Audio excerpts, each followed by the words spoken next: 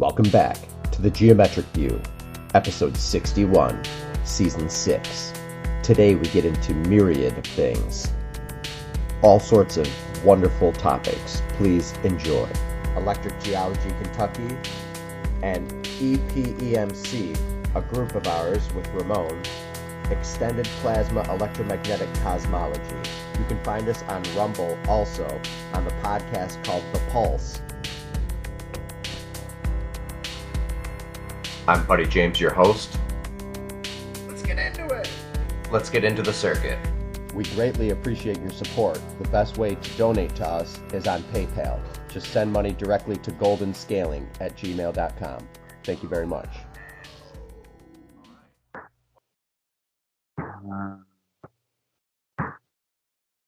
Okay, can you hear me now? Oh, that's better. Yeah, I was straining my ears so I even catch what you were saying then. So I was showing the guys my my new Mike Tyson memes, and this is the face of the guy put by Mike Tyson. I have a few things to say, and maybe I'll put this one up on my YouTube channel. First of all, it's very obvious that Mike Tyson is pulling his punches. I call them short shots. 5 was too many, but the guy totally earned it because he had poked an obviously well-known violent man in a closed container with no real feeling of escape, because that was the main thing, is that he threw the water bottle at him. He irritated him after he was asked to stop, and there's really nowhere to go. Now, a man with a higher emotional quotient, who didn't grow up in a violent neighborhood and knew better ways to stop things, probably would have had the flight attendants escort the man into coach, and then if that didn't work, they would have arrested him and then taped him to a chair or something. But people have got to understand, after the Chris Rock incident, you just don't know how people are going to react. And I particularly like this one I made. The millennials be like, I thought words were violence. But yeah, people need to understand that there are going to be reactions in people. There is an energy field that we are emanating, and everything has these invisible field lines that are connecting everything. And these invisible field lines, they're not really lines. There's something real. There's something tangible. There's a connection. There's something that could theoretically be measured, or it could be mathematically deduced. And everything is in relation. The guy obviously knew he could push the buttons and push Mike Tyson into this. I don't feel sorry for him at all. It is still illegal. If you on a plane, if you react the way Mike Tyson, you're probably going to go to jail. But if you do have somebody throw a water bottle at you, that is physical force. You can react with physical force to defend yourself. Probably, again, one good hook shot or an overhand would be sufficient. But these days in ages where people are trying to record things and cause scenes, instigation. This is the face. This is the face of somebody who deserves to go into my POS theory book very, very, very clearly. He's clearly done it to provoke a reaction, hasn't he? He's clearly done it for that. Yeah, and Tyson's a fool for letting himself snap. You say, he should have given him one good clout in the nose, broke his nose, and walked off. That's it. Well, he probably did not feel like he could go anywhere, because when you're a celebrity, people are always chasing around after you. And the fact is that this guy, his ego is out of control. And the POS theory, ultimately, it's not only about the looters and moochers destroying our planet. It's about unchecked egos. Me personally, I don't think that the law necessarily represents justice. I think this guy got exactly what he deserved, and maybe a little less than what he deserved, to be frank with you. I think a broken jaw would have been good for the rest of his life. certainly a broken nose. Could have fixed his attitude, because he could go from here to do even more destructive things. I had a friend who his house was broken into. The group of men, they tied him up, beat him up. The jury let him off. Let them off with because of the gloves, even though he knew who they were. And later on, the lead guy who had hit my friend, that guy went off and killed a 10-year-old boy in downtown Lexington here. So there's consequences for having a legal system that doesn't really pursue truth and justice. Well, yeah, of course. My friend's actually dead now. So that situation was one of many events that was such a negative turn in his life, that it's just it's like one sad thing after another. But that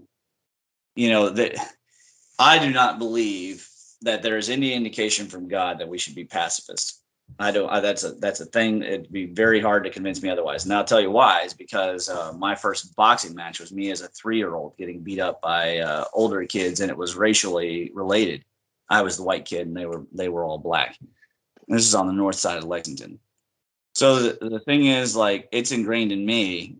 And when I look at in the Old Testament, when I look in the cataclysms, I see that the world is violent, that there is a violence. That the thunder energy itself contains both the threat of violence and is overt violence, that there is a carriage of that energy signature, and it's masculine and male. And I'm sick of the way our society is trying to make men feel bad about it, because it just because you don't have it doesn't mean the criminals are going to stop.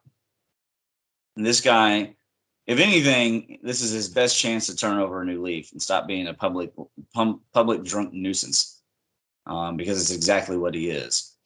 But anyways, that's I've had my rant about it enough. The video is available on let's see here. What is this? Lieutenant's Lofts MMA. I'll forward to the actual incident. When did this incident occur? I think it occurred either early Thursday morning or late Wednesday night. It's not exactly clear. This all came out yesterday, and that's weird, because that's actually really weird, because I watched an entire episode of his podcast, Mike Tyson's podcast, on Wednesday. Oh, that is interesting. So you were keyed into him, and also I've watched a little bit of his stuff, but I've never seen a full episode. The whole reason I watched the episode is because Joe Rogan conveniently was just on it. And the episode was huge and it blew up. And then the next day, all this happens. So it's only going to make his podcast even bigger. Well, here you're talking about the Mike Tyson on his comeback fight being challenged by Jake Paul. That's the new Joe Rogan. I mean, people are obviously going to be talking about this incident as the day goes on. There's going to be, Joe Rogan will talk about it. All the MMA channels, self-defense people will talk about it. I mean, it's going to be analyzed. Yeah. It's going to be like they set the stunts up, don't they? They set the stunts up quite a lot. Was it a stunt?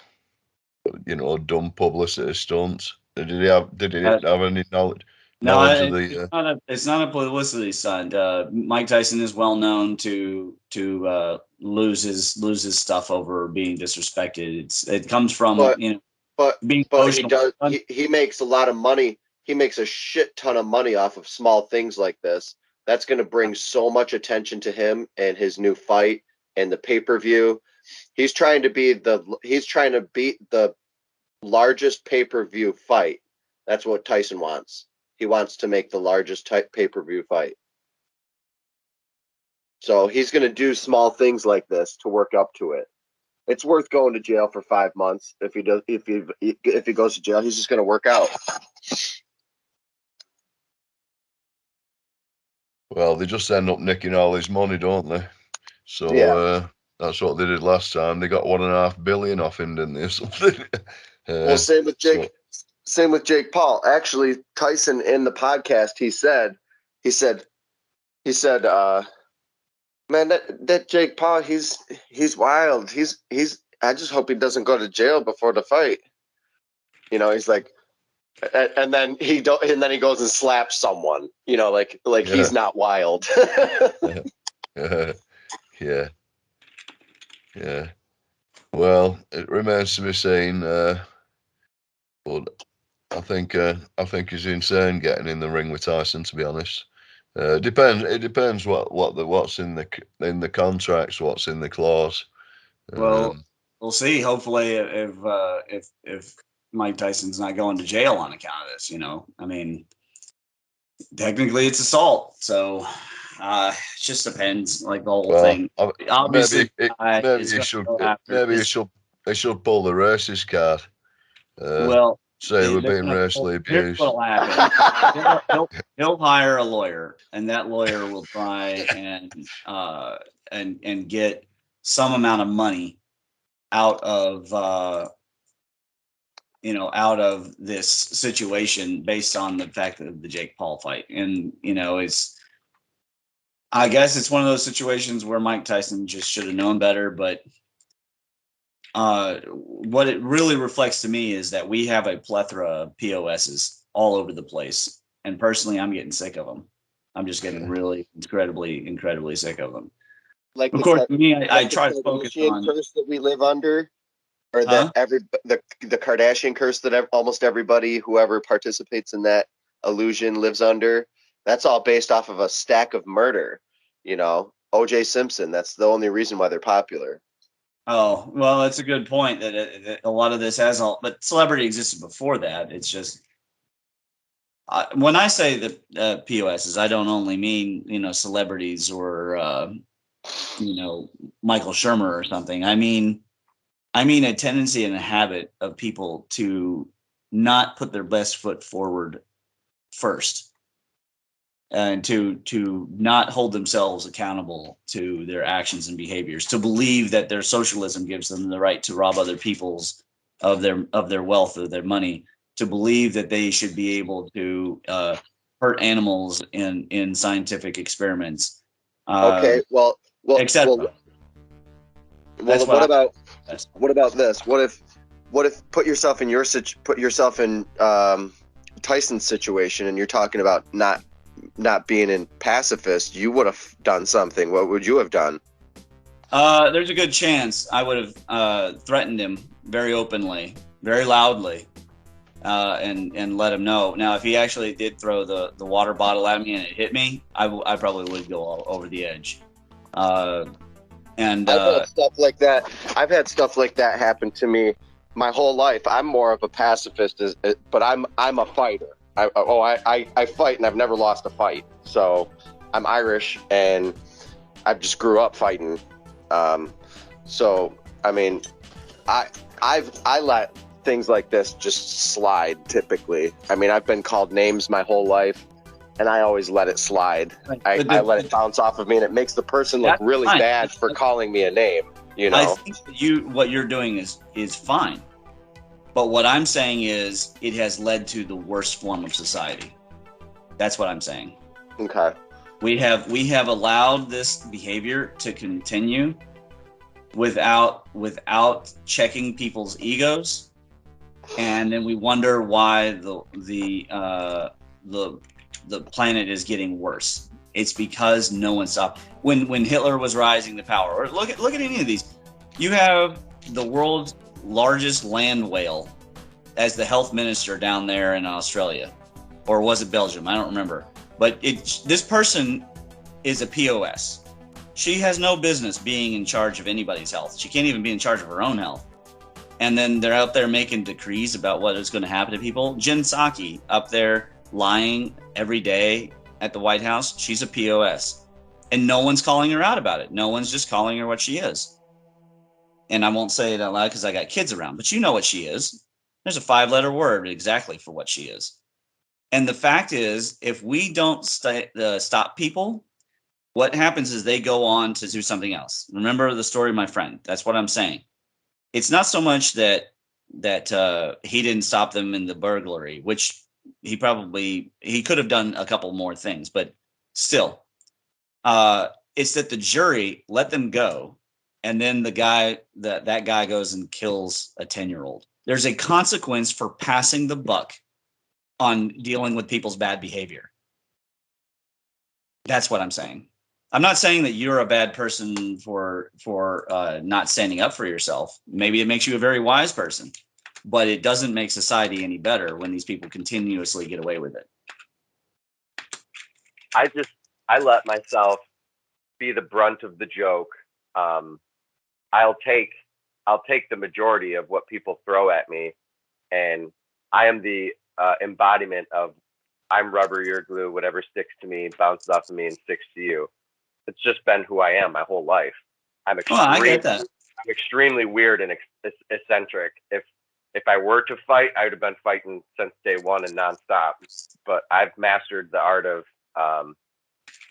turning it around on them and making everybody look at the person who called me names like, what's wrong with that guy? Buddy's cool. He's not doing anything. He's never done anything. You know, like, what's wrong with that dude?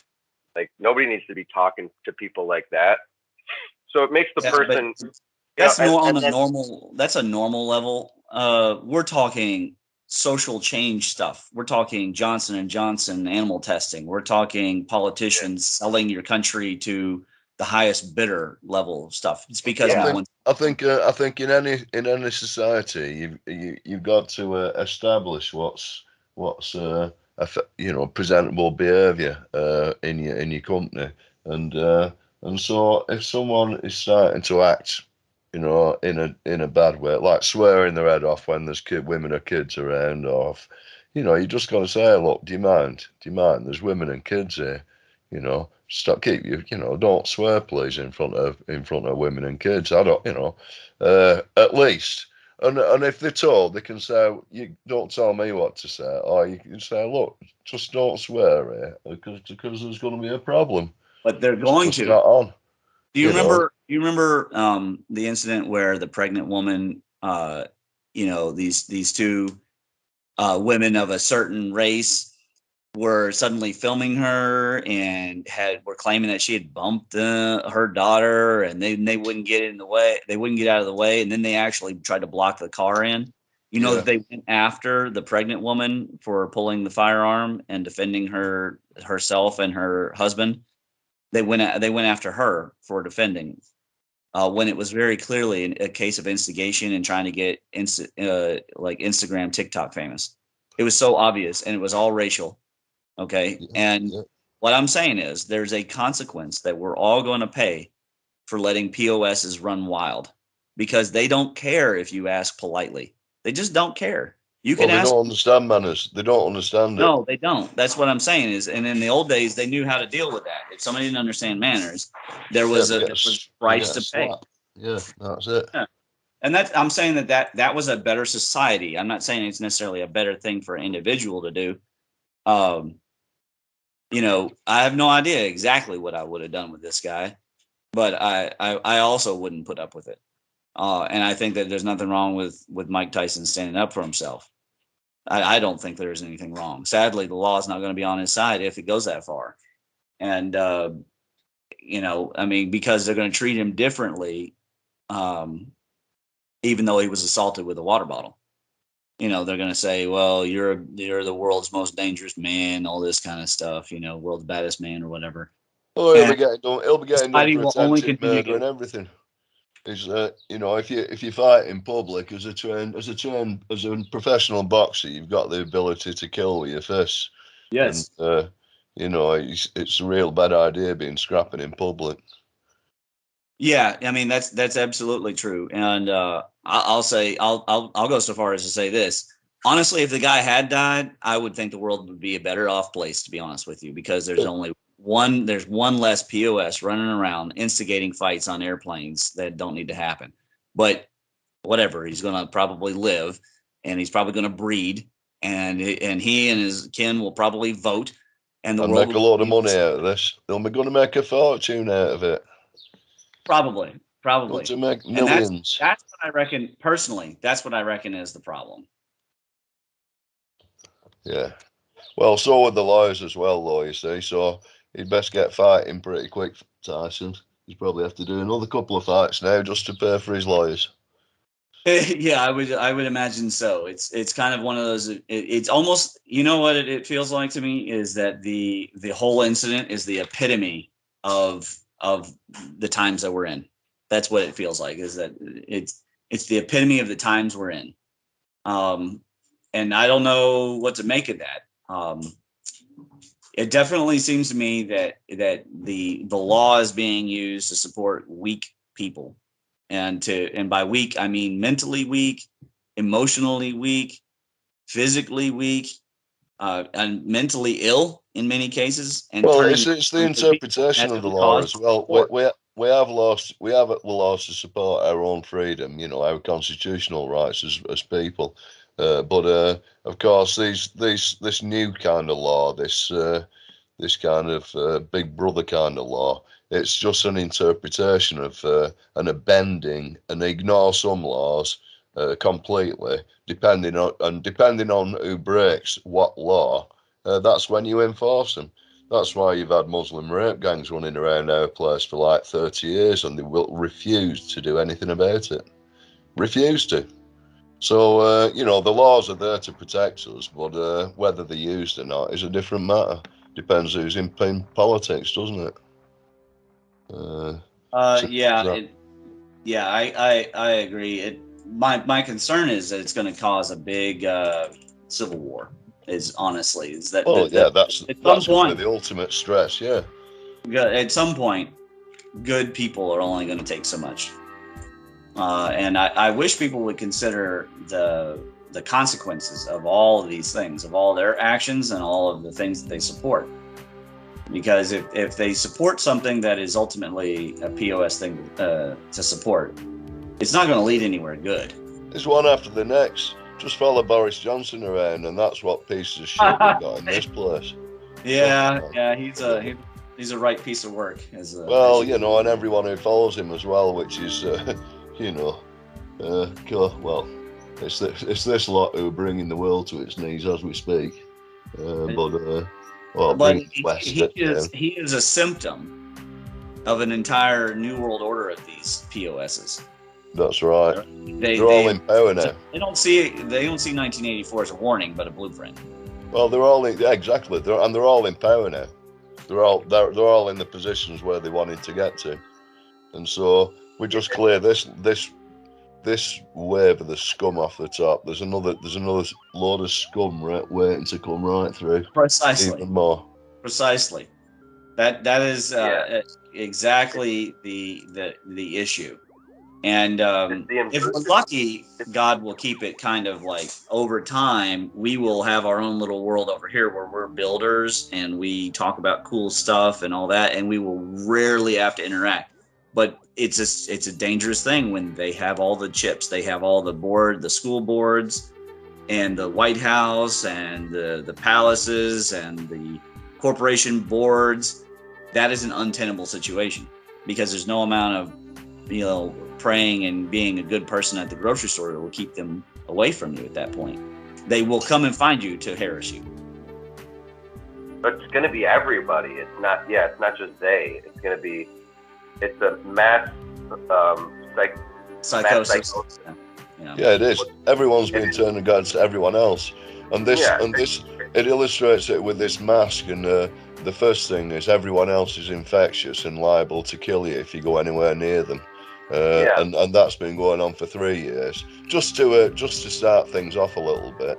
The next will be, well, this lot are actively trying to kill you because they haven't been vaccinated, or this lot are actively trying to kill you because they don't believe what the BBC says. They're all Nazis. These are the Nazis. Yeah. They're conditioning our minds to believe that what should we do with the sick? We should burn the sick, kill the sick, get rid of the sick. Don't go near them. Don't go near old people. Yeah, that's not even a person who's like has a deadly virus. They're just have a cold, and we're talking about killing them all. And they get us used to this. They normalize mass killings and mass graves by having us do it to the animals first. We've been killing and culling herds of animals for the past 3-4 years, especially since COVID. They just say that. Unfortunately, as I'm on speakerphone, I don't want to go too deeply into the human flesh industry things, but you're not wrong, and the black magics of that are traceable and provable. The whole reason why they're doing it, etc.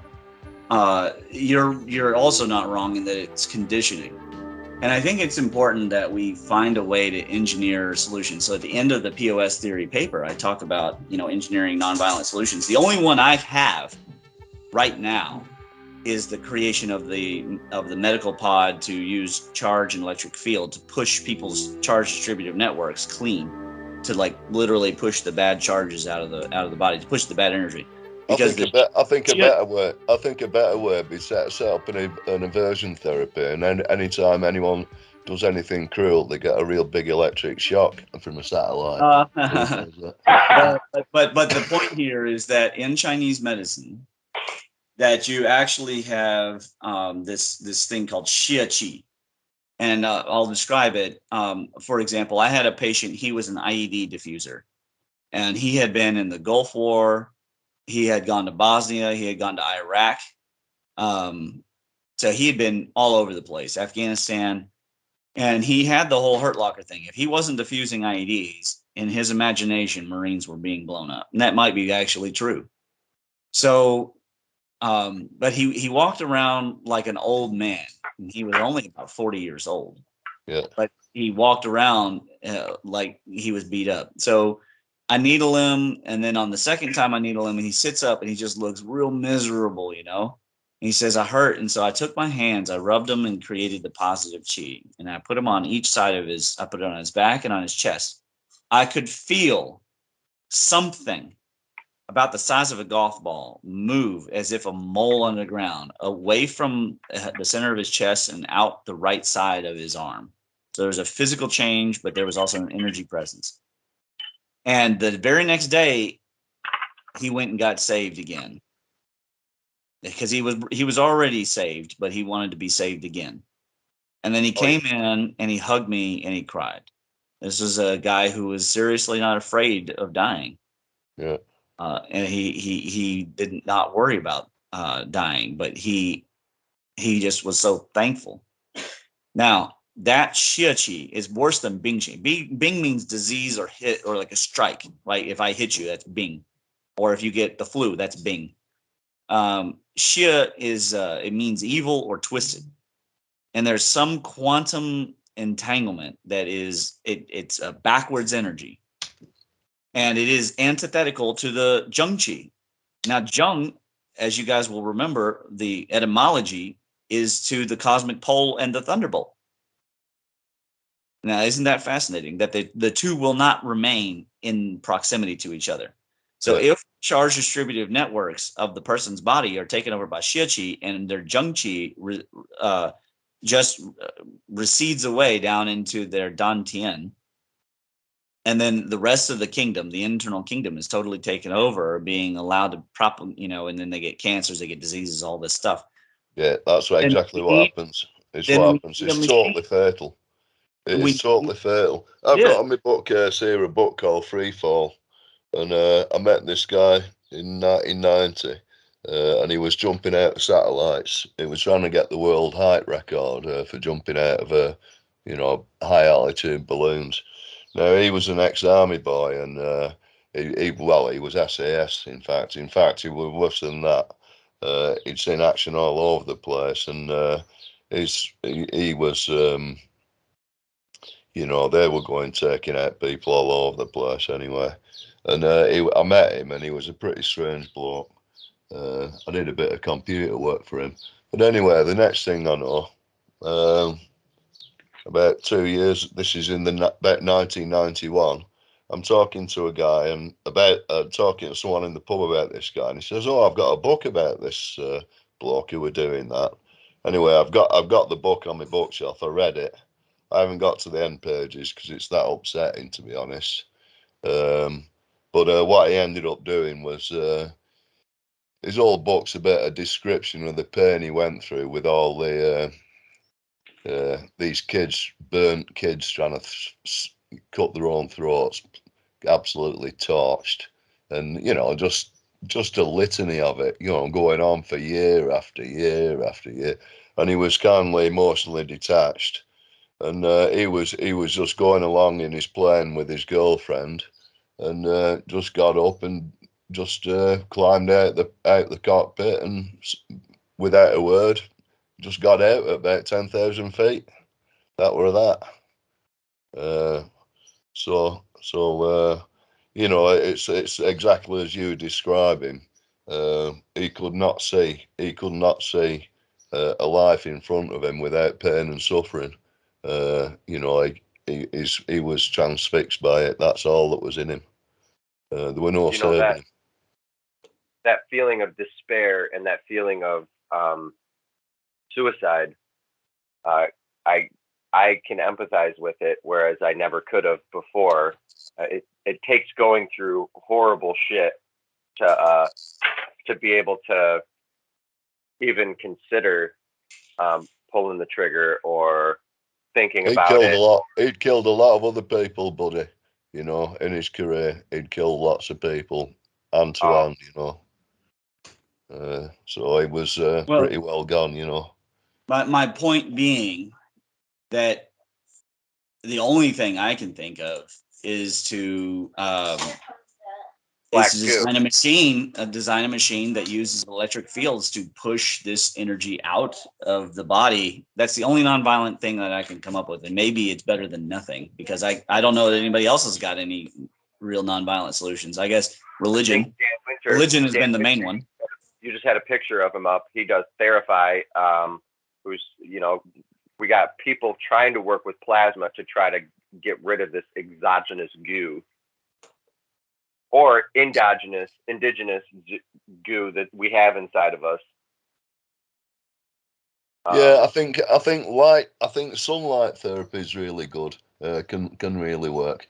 I mean, not too much of it, but the correct balance of sunlight, and also if you're in a position of work or creation where you're not thinking about personal things, you're creating what's there. The same thing happens if you're out in the on a farm or in a wood. You're just preoccupied with other things, and you just keep out of that zone, that swirling zone, what's sucking you down. And I think hard work. You're talking about yourself. I'm talking about engineering a social solution that doesn't involve forcibly making everybody into zealots of, say, Christ, or zealots of Buddhism or something that is, that's been tried. Humanity tried that, and it still ended up in violent situations and in a lot of POS behaviors. Even with the Buddhism, when they tried to force Buddhism on people, it created atrocities. Ashoka the Great, 100,000 dead. So what about sort of binaural beats, even ones that people don't realize are there?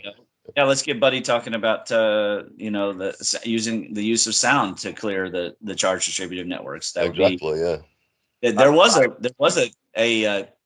such a place here in Lexington, but it closed some years ago. I would have loved to have gone to it. There's a salt room, and that does a pretty good job, but there's not enough sound therapy places. Well, if I could say a few things here about this, I would take it to the caves. Caves are musical devices. Caves are communicative. We automatically, when we go inside them, what's the first thing we do? I mean, what's the first thing a kid does? Which is the curious energy that we all should have. You go echo, echo, or you start going, oh, and you listen to your voice, and you get the reverberation. And caves were healing. Caves are healing. If you think about all of the ancient cultures, where do we find scrolls? In caves by Zen, Buddha masters, whoever, someone who's trying to preserve the culture. It might not be that it's a healing place, but you can look at it, and all throughout history, enlightened people go to the top of the mountain, and I assume they probably stayed inside caves and things like that. But I could go on and on and on about how healing our voices, and just an infant, all my thoughts go back to nurture when it comes to sound. You can make your dog or an infant feel like shit by raising your voice. It's abusive immediately. Or you can nourish them by sweetly spoken words. I think that's an excessive position that raising your voice for an instant is abusive. That's excessive. But if you look at the face, it can be used and utilized as a punishment. But if you look at the face of any critter, when you raise your voice and you're upset, they're not happy. They're hiding. Their tail's down. Their ears are down. Yeah, but life isn't always happy. That's not the same thing as abuse. Abuse is a continuous psychological punishment, like you used the word punishment. Now, it is probably likely. I can argue this point. I used to raise my voice around my kid. She hated it. I could see it on her face instantly. And I was just raising my voice passionately, like I am right now. Everyone thinks I'm yelling when I raise my voice passionately. It's just maybe the sound of my voice. I don't know. That's fine. I don't think that's abuse. And that's my point, is that our society has taught that masculine energy is bad. And that is a problem. That is a problem in our society. It's not bad. It's just part of the energy. If you were doing it to punish her and to make her continuously feel like terrible, that's abuse. But raising your voice and being masculine is not abuse. And I'm going to always push back. I actually have a paper called "Boxing Out Hypermasculinity," and in the paper I talk about that all the societies with machismo culture, they're all mountainous, and they have great memories of the catastrophes. So the Greeks, the Japanese, the Mexican, the Scandinavians, mountainous people. Real quick point. Their longevity oftentimes is longer. So that might be able to explain. It might be related. That might be a coincidence of the geology and the geography too. But the point is that these societies that have hyper masculine type of ways of being, that they were able to survive something that was so terrible, and they memorized that in their cataclysms, and in their mythos and in their story. Males are built as survivors. We're built for battle. We're built for survival, for hunting, etc. That doesn't mean all men can do it, but that's the genetics of it. That's the plain fact. It's why men should not be in women's sports, beating them up or racing them. Men are designed. That was a great point. Genetically, you just raised it up. I have to interject and say that not all men are built like that, which brings in the entirety of the spectrum. There's men that are more effeminate. What are we going to do with them? Yeah. We're not going to call them queer and pretend like everything's okay, or we're not going to love them and say that everything's good, are we? I mean, like, that's the thing. We are going to love them. I don't know. I mean, everyone deserves love. I don't agree with that. I think everyone deserves human respect. I do. I think everyone deserves love. We are called to love. I don't love Jeffrey Epstein. I don't love Jeffrey Epstein, and I don't love the Clintons, and I don't love Joe Biden. I don't love them. Well, and I have no intention to love people who are into destroying the world and hurting children and committing crimes and getting away with it. I'm sorry, it's just not going to happen. I'm never going to love them. Let me put it that way. This is the point. This is literally the point of your conversation, of the topic of conversation of today. Right. We're literally getting into it. This is it. This is hitting the bullseye. Now, Yes. if there's men that are born that are more effeminate, a lot of the time they used to piss off their masculine dads, and they would call them. I know, because I'm very equal as far as. Well, I'm not talking about. I don't. And I'll be clear. I'm not talking about trans issues. I find the entire thing trite and not compelling, not interesting in the least. Society's always had a way to deal. It's leave them alone. All right, they're going to go too far with their lobby, and they're going to mess with families too far, and then they're going to hurt themselves. But I have no intention, because they're not on my radar of POSs.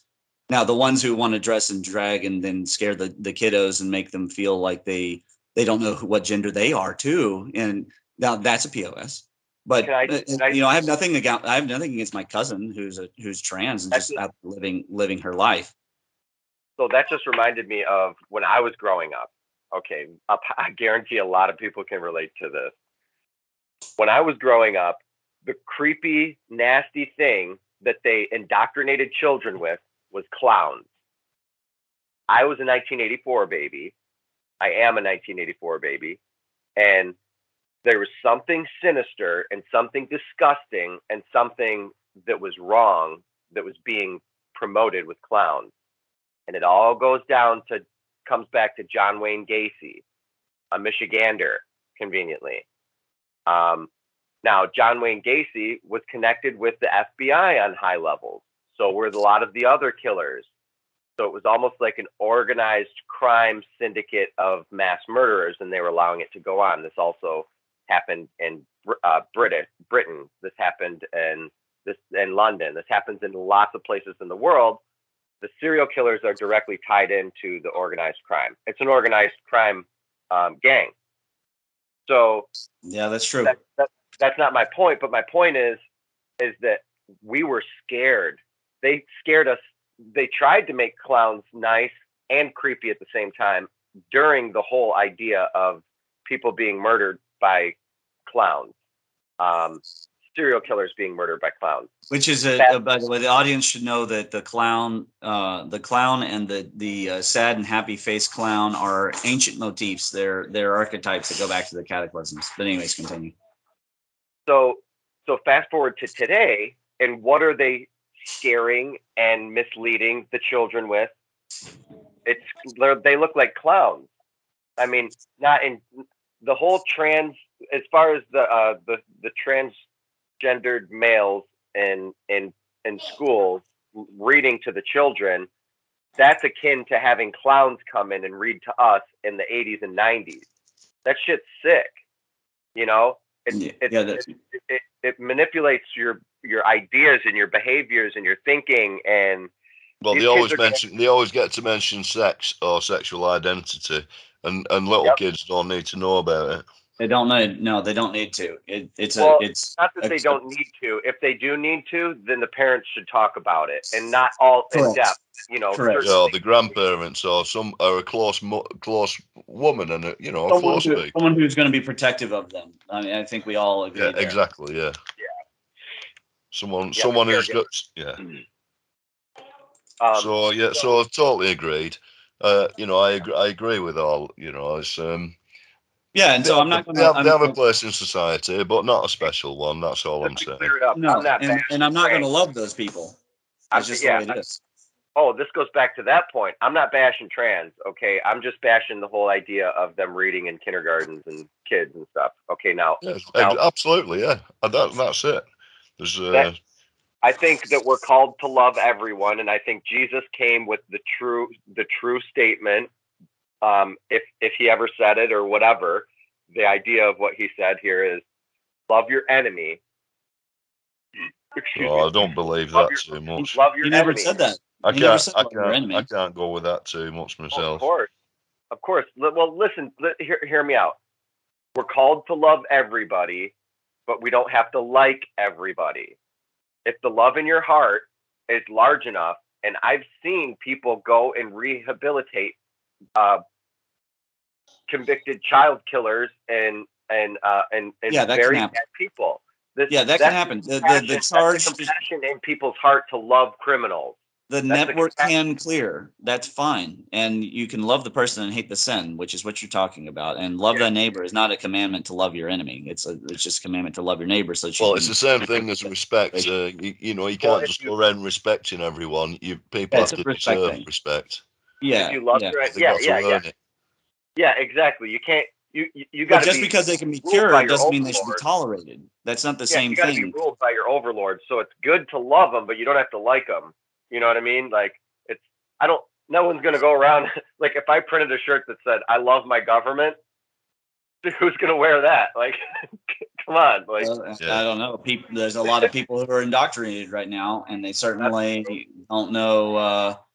They don't really get what's happening, or they get it in a weird way, and they want to be somehow, protected when fascist daddy takes over or something like that. Some kind of weird. I know this kid. And he's liberal, and What do you mean he's a progressive? Because those aren't the same thing. Well, I want to point out that he's the kind of person that I can see, and I don't want to defame any character here, so I have to keep my wording. Well, don't give his name. You can say whatever you want. Just don't give his name. The kind of person that is like blue blood, where they think the government's good because they just like money, and they know the government's bad, but they'll just continue to make money and rip people off. Those are the kind of POSs. That's right. So that's a POS. By definition, that's a POS.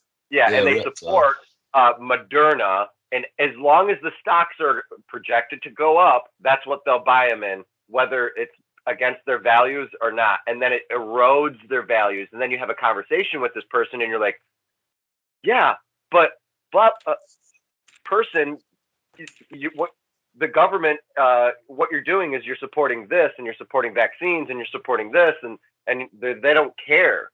They don't care what they support. They just want the biggest return. They just want money. They don't care what they support. You can tell them blood diamonds. You can tell them everything. Nobody cares if they're in Wales. Yeah, well, I'll put my money there. Yeah. Yeah, they just, what's the next thing where the money is? They don't. Kill a giraffe for $2,000. Kill a giraffe for $2,000. Yeah, that's it. Well, so like I say, aside from forcing a religion or waiting for the next religion to co-evolve that involves plasma and pulls everything together, the spacers and stuff, that could take hundreds of years. The only thing I can think of is to use technology to actually push these charges and things out, and hopefully the brain and the nervous system reset. However, I don't think that we're going to make it in time. Like, I don't think that it's going to be created in time for that or implemented in time, because there's already a government apparatus in place to keep good machines from being created, because that helps the sick care industry. Without going into the coof here and talking about that, it just helps the entire sick care industry and the pharmaceutical industry to keep its power. And that's the thing that is so disturbing to me, is the continuation of this POS rule by POSs, whether that's they're weak people and mentally weak people, how they treat women and children and animals. Either way, it's all continuing because we're sitting back trying to love thy neighbor and all that. That's all good, but there's a consequence. That's all my point is that there's a continual consequence to letting it continue to evolve. And the whole Yellowstone show is basically about that. When you get down to it, ultimately, that's what it's about, is that this guy has a land. It's his land. It's been their land for 7 generations, and everybody wants the land. And they're willing to do just about anything to him and his family in order to get it. And you see what his family is willing to do to save it. Yeah. It shouldn't be like that. He shouldn't have that kind of struggle, right? There should be we want to talk about liberal. The real liberal, the ultimate liberal value is property, not freedom of expression. That one comes after. Property was the biggest: life, liberty, and property. That's what John Locke was talking about. Because even when you didn't have property, It's it was landlords. And why were there mineral- landlords? Because there was divine right to rule. Yeah, it's the mineral rights. It's not even property. The building, they'll That's blow up right. the building. They'll move the building 2 inches over if they need to reconstruct it. It's about the mineral rights. Well, government Well, could just buy it, true just too, tell them but- to get off and buy it. Simple as that if they wanted it. Yep. The thing is that right. Well, but do they have a right? Do we really want to seriously pretend that the government should have the ability to condemn a land that is actually biologically vital, and feeding people is also vital? It's essential to have ranchers. It's essential. Well, yeah, In order so they can build another they've got the ski finger in resort, many pies another now where they shouldn't have where they shouldn't have any control at all. Governments in every facet of life, and that's the thing, is it's illiberal. It's the opposite of liberal. The numbers are in, and when there's more government, this is a fact now. It's been proven time and time again. The numbers are in that when there is more government in an area, there was more COVID and more deaths and more cases. Don't use the word. If you try to put this video, all right. Actually, this one to be put anywhere, there's a thing on my screen that would have to be removed. But anyways, you could do with a beeper to beep things out. Maybe we need a beeping sound. I don't know. I don't know how to do any of that, but But anyhow, so back to the point. Yes, just the fact that they can patent more government screws up is an issue. People.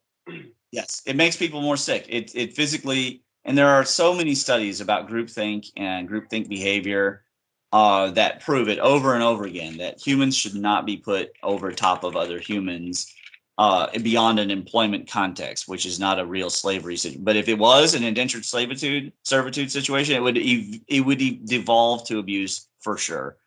For sure. It's bad enough with its employment. It can get abusive if people don't step in. If a board doesn't step in or managers don't step in and break it up, it can get toxic as it is.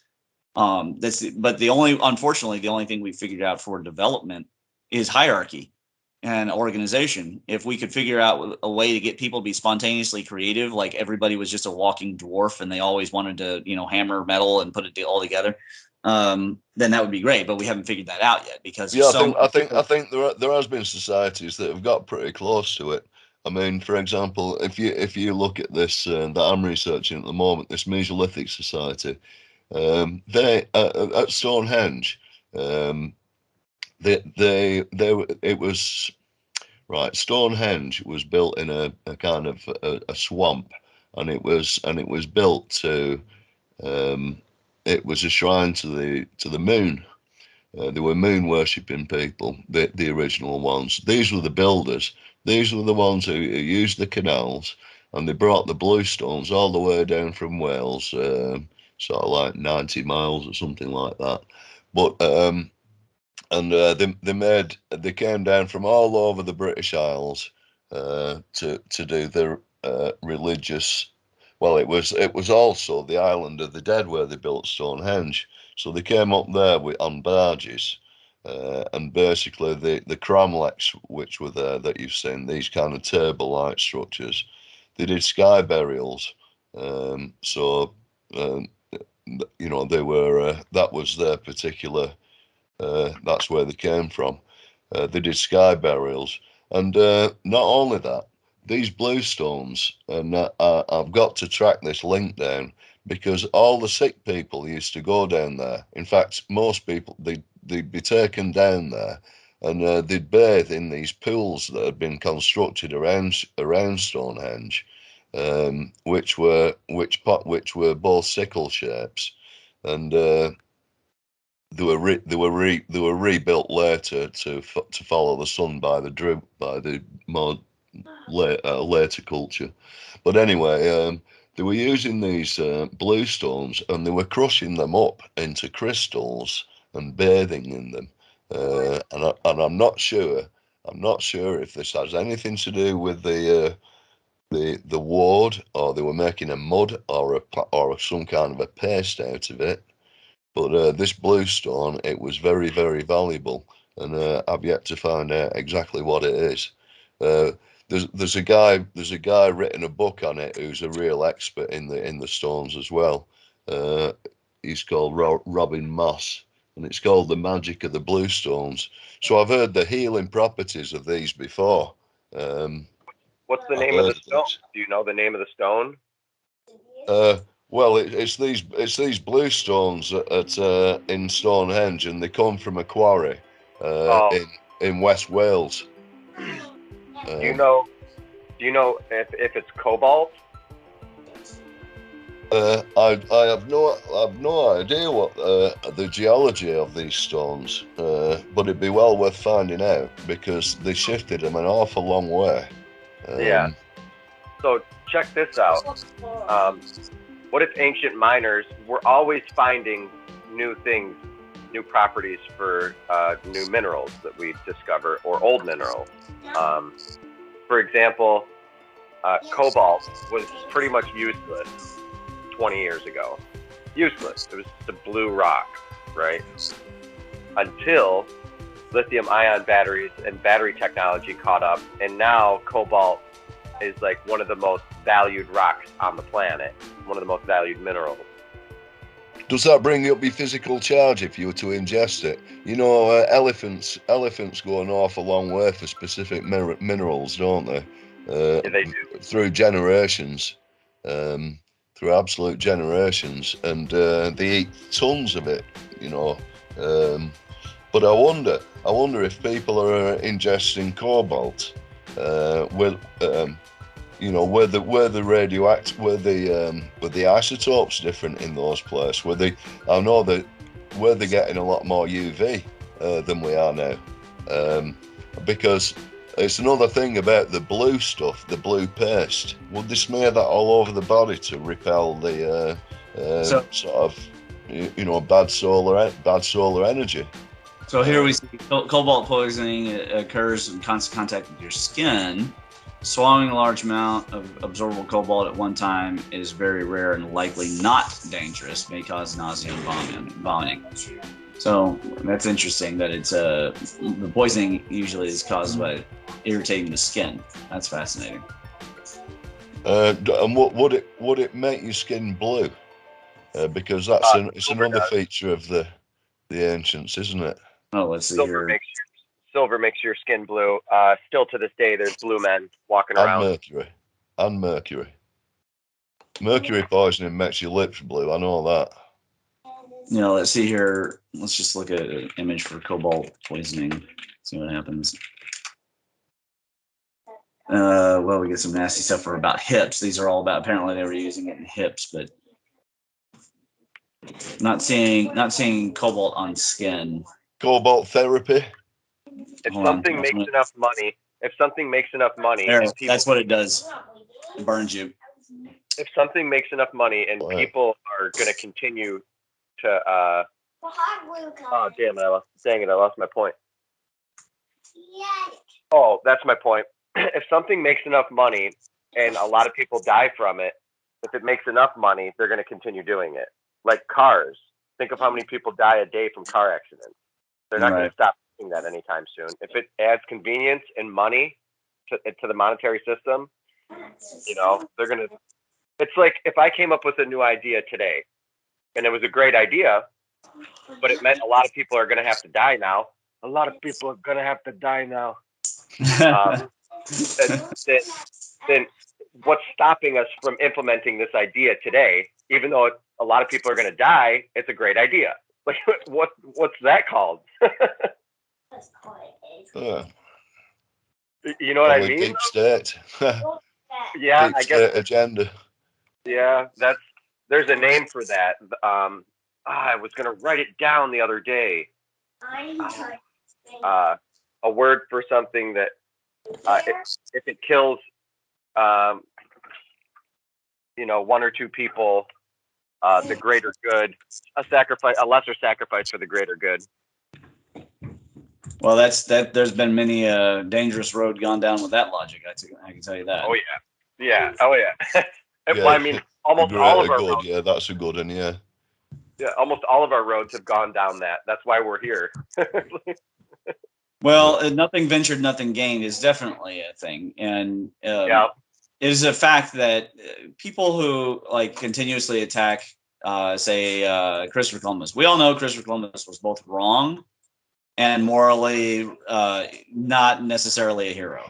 However, most people at that time, the whole reason why he was unique was that nobody else was willing to do what he had done, right? The crossover. They nearly mutinied because they really honestly thought that he was wrong. And there's a value in that. In the end, you know, I mean, everybody knows, and maybe he even began to understand that he hadn't found Asia. And we now remember him in the context also of the reprehensible things that he did. But trying to erase him from history is really a ridiculous thing, because people, what they're really saying is, I don't believe that any risk taking is good at all.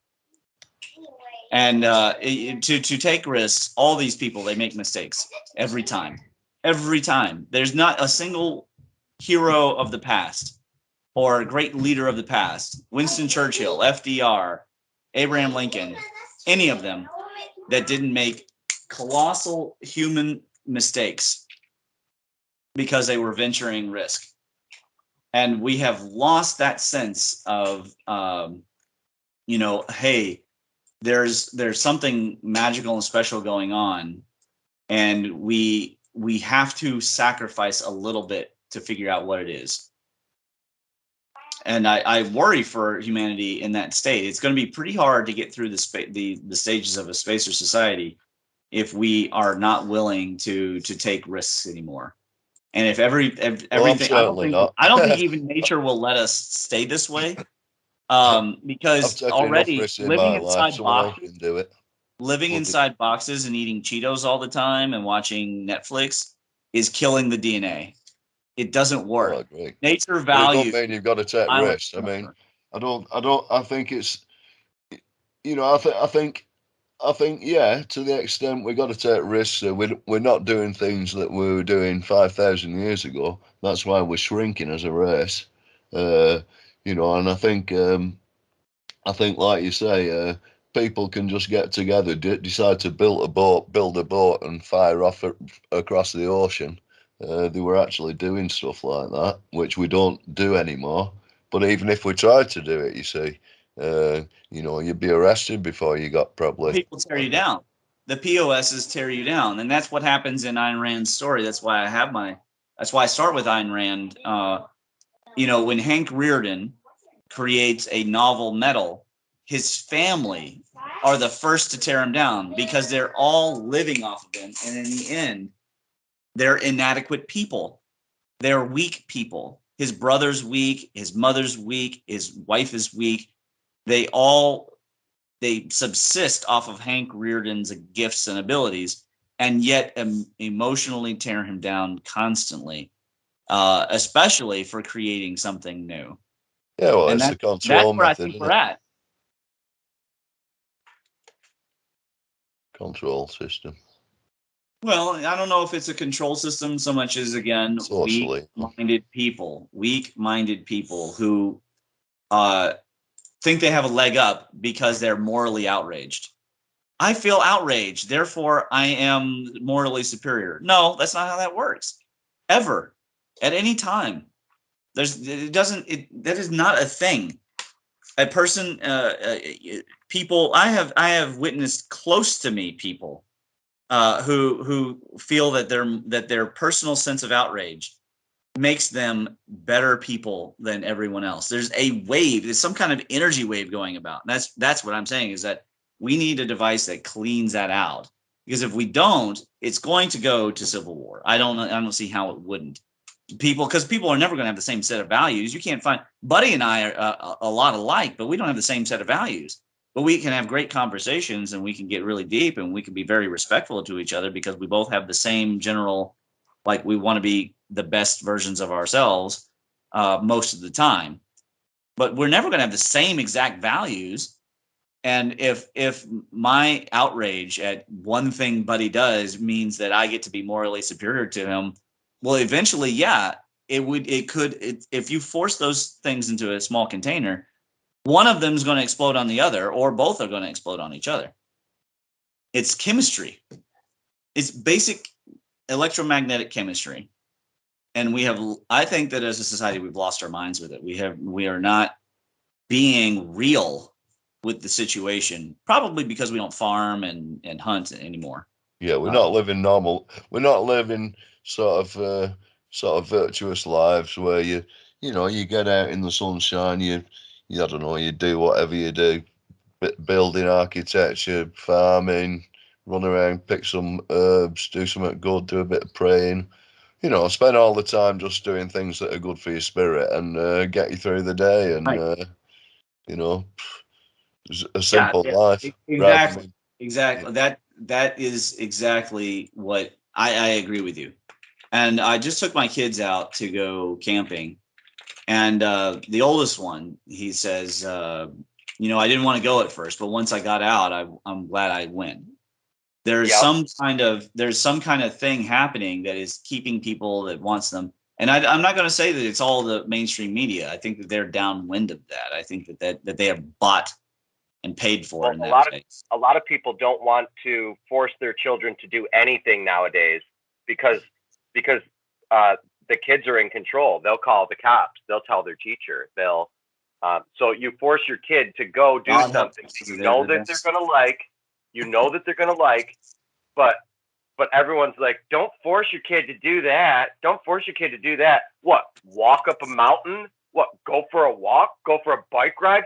They don't want to go for a bike ride. I'm going to force them to go for a bike ride because you need exercise. This culture is just opposite. It's like careful, buddy. Your voice is raising. Somebody might get offended by it. I just said my sister-in-law, and hopefully she does get offended by this if she ever listens to it. I was raring to go when I was a kid. You couldn't keep me in. I was dying to get out running and playing and climbing and doing anything you need to do. I hated being stuck in. If her kids want to do something, or don't want to do something, she's just like, okay, oh, whatever. It's like, watch TV. You got to take a stand, and you got to get your kids to go on vacation. Yeah. Just because they said they don't want to go doesn't mean it's abusive to make them do something that they don't want to do. Yeah. It's gonna teach them. You've got to learn. You've got to teach kids. They've got to learn. That's the whole thing about the relationship. You've got to spend the time to teach them, and that means not necessarily sat indoors all the time. It means getting out and showing them the world, doesn't it? To an extent. Correct. And then yes, there is a price to pay to be a healthy human, to be a real human, a Junrin. There's a price to pay. Yeah, no pain, no gain. Yeah, there's a price for everything, but the greatest things are free, and that price might come with some sacrifice of some time. But yeah, you count your blessings, and always the greatest things are free. Yeah, they are. They are. That gets me into a little bit of what we were talking about before, Ramon, with how are we going to cure people? How are we going to make them better? How are people going to be able to break out of this? How are we going to diffuse their icky plasma goo? And I have a great word for it, by the way. Eject them. Because I've actually had patients who are so unhealthy when their bodies expel, when the chi returns, right? Sometimes it's just smelly in the room. Sometimes they sweat. Some occasionally have gas, but or you have to get up and urinate or whatever. But there are occasions where the person's toxicity is so bad. When I open that door and I walk in that room, my body coughs and is repelled. And I call that ejectum. And it's sort of like ectoplasm, which is interesting because Catherine Kaufman, the psychic medium who has the Plasmoid ghost video, and I was in that room and can confirm that room was definitely had a presence. She just did a video on ectoplasm, so it'd be interesting to go watch that video and see what she thinks. Now, in her line of work, what she does is she uses her own energy, so her kidneys, suffer on account of that. She uses her own energy to cast these things out. And I will tell you a story. Here's a really fascinating story about a house clearing. First of all, this house is in this town, and the woman, she was probably creating it was probably portions of her psyche that were severing. She was an empath who was not properly trained. This is all like, obviously, Catherine let me in on the history a little bit. But so she'd had to clear this house more than once. So we show up. There's definitely some kind of unpleasantness in the house. It's not a particularly bad feng shui. It's not like a very dirty house or anything. And so this is the stages. So Catherine takes a rubber bowl. She puts the rubber bowl face down on the counter, and then she puts the stick that she brought, which was, I think, ash wood. Don't hold me on that. That it may have been another wood, but I think it was ash. And she puts the stick under the bowl, and then she conducts with her mind. And I put my hand on the stick. The stick was hot, not warm. The stick turned hot. And she took the house spirits from the positive house spirits from the house and hid them under the bowl to protect them.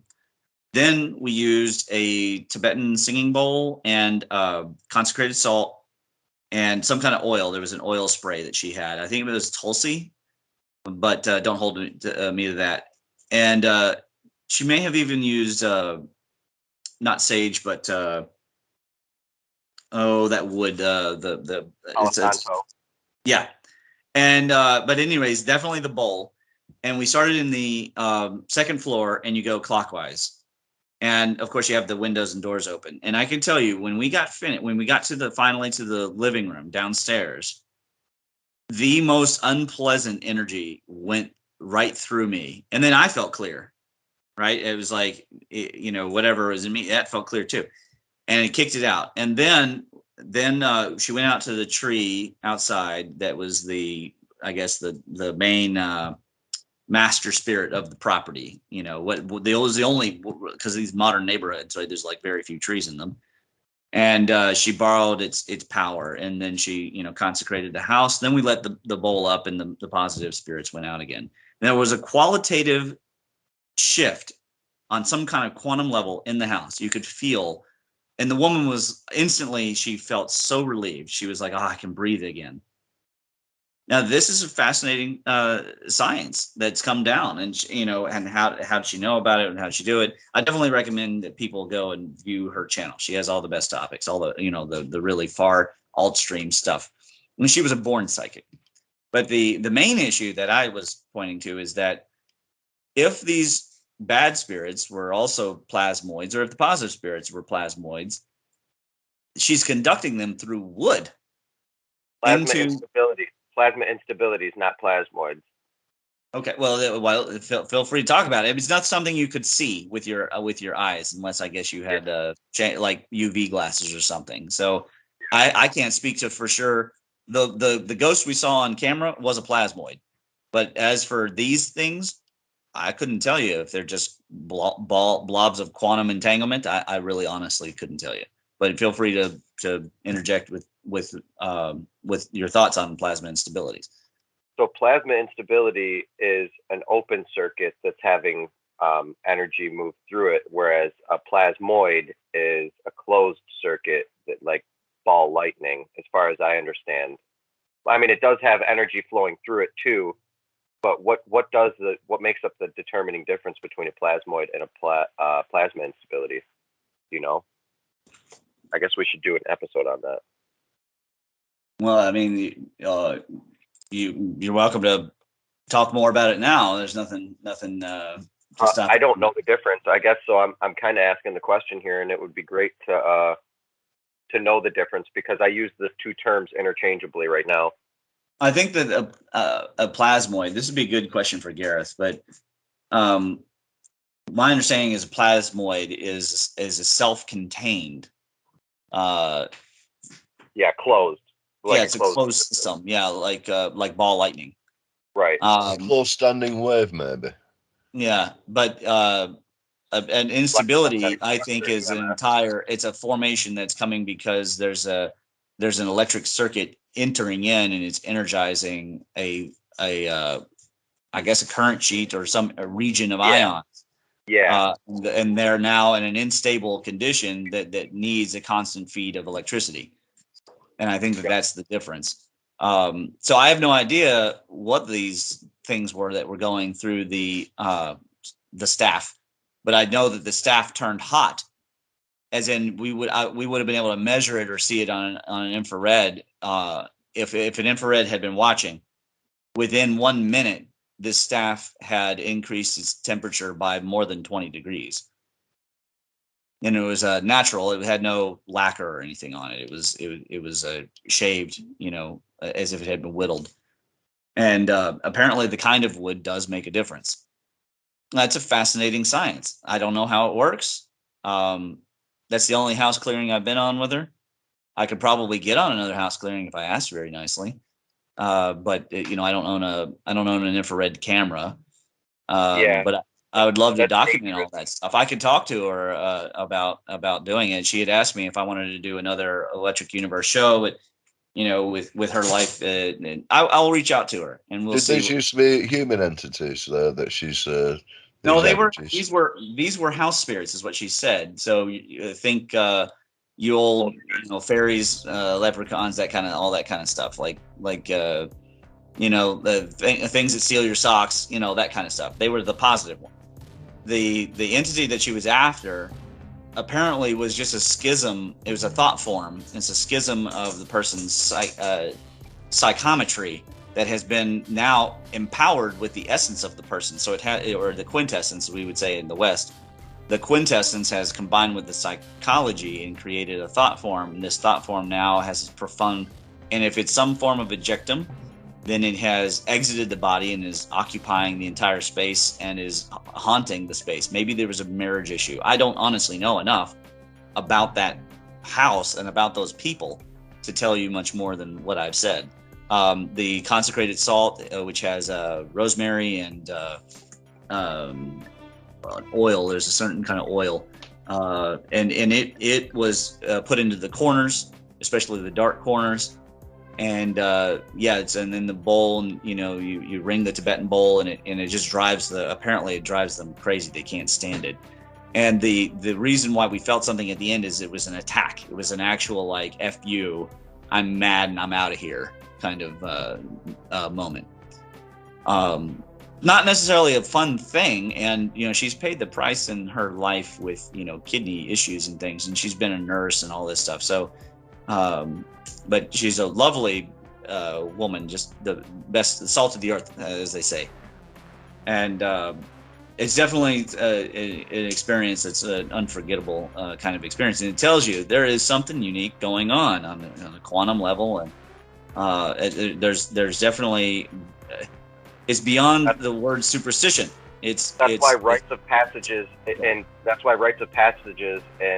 seances and ceremonies exist in the first place, because you're steering toroids, you're steering the donut, you're steering charge, you're steering the tornado, you're steering these filaments that are connected directly to everybody. And when you start messing with the goo, the ether, the biofield of humans, and the greater larger morphogenetic field of it, you really allow yourself to be open to a lot of entities. I mean, you got to be a freaking ninja to be working with that kind of stuff. So, well, she's very good at what she does. That's for sure. And she says that demons are rare, but she's actually kicked one demon out of a barn. It was attacking the horses and opening and slamming the barn doors here in Lexington. A lot of these people who do these kind of things are mentally deficient in one area or another, typically, because it takes so much energy to work one direction or another.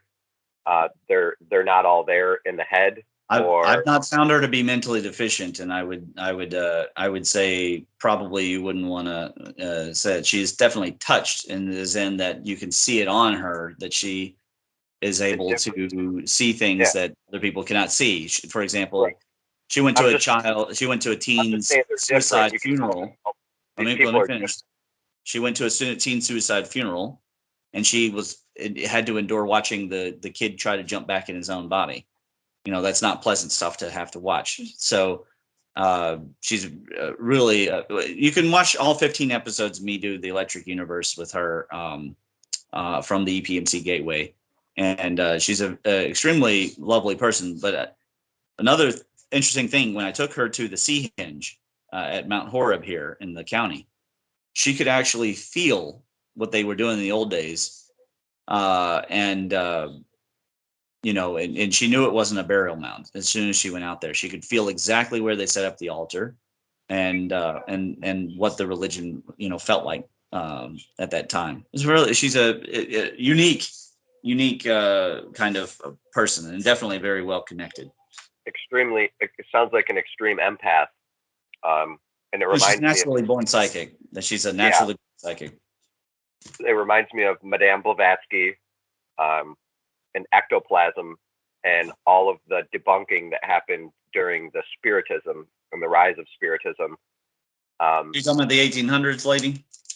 Yeah. Yeah, but I mean, a lot of those people were actual frauds, whereas this is a person that I have personally witnessed prove her stuff, and she's proven it over and over again. I don't think she was particularly a fraud. She might have done some. I don't know if she did any fraudulent stuff, but she was certainly an explorer, and I don't know if she might have taken things too far on occasions for fame or money. I don't know. Yeah, yeah. I mean, it's all a show, right? She's an entertainer, and she got Hitler's attention. She got Henry Ford's attention. She got everybody. She's compelling. Everybody who sets the prints on the side of their bed and reads it like a Bible, she's got their attention. There is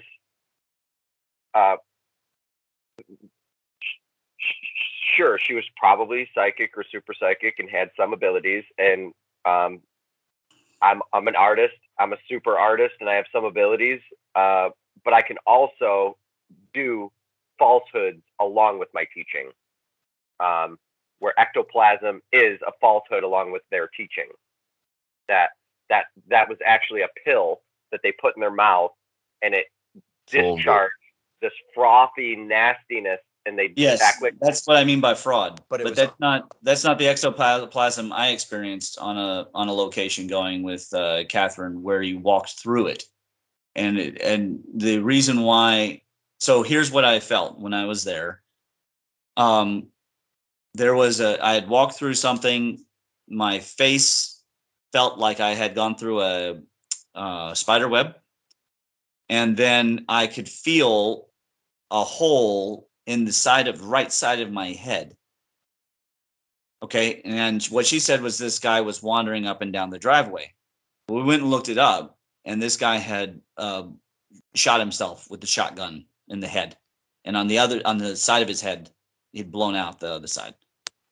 Now, I didn't know any of that. She just said, "You want to come on this to this place? This is a different location." And I said, "Sure." And this is the place that had the plasmoid that we have on film. And which is a different thing, right? That was, they had brought in all this furniture to make it's technically a Wicked World Scare-Gons. It's a haunted place where people go for getting scares in Halloween time. Yeah. And but just walking down the driveway, I felt something, and I thought I had walked through a spider web, and I said so. I thought I had just stepped through one. And she said, "Oh, that was the ectoplasm." So it was actually hanging in the air. It's some kind of plasma, is what I'm saying. And I know that the original lady and all that stuff from back in the day, yeah, that it was shown later to be fraudulent, but I'm not talking about that. So, anyways, I would say people who are interested in the topic should probably watch Catherine's video, because she's the only person I know who's got some working. She does work in this field. Like, she's actually doing, work on it. So, anyways, fascinating stuff. Not my forte. And I've told her I don't want to do house clearings for a living. No, it's not mine. Not sure that she was trying to ask me to constantly go on them, but I'm sure I could get on one if people are interested to, I would need to have some kind of thermal camera or something like that to do any amount of scientific work. My idea, though, after I had done these, I figured out a ghost busting tool, and it didn't have to do with big plasma streams coming out like Ghostbusters. Instead, a Langmuir probe, because all of the ancient texts say that the ghosts are afraid of metal, which tells me that they are afraid to be grounded.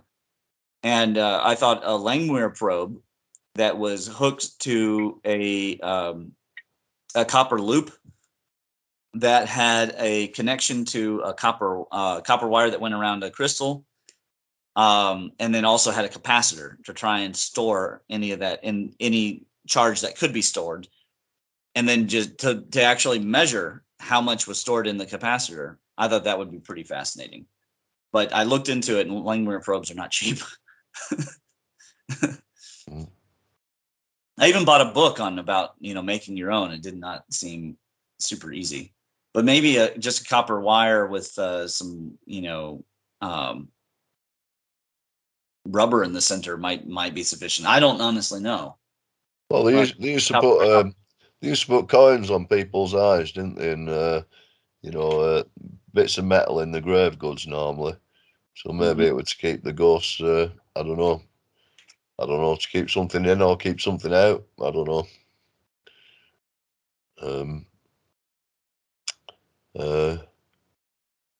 Yeah.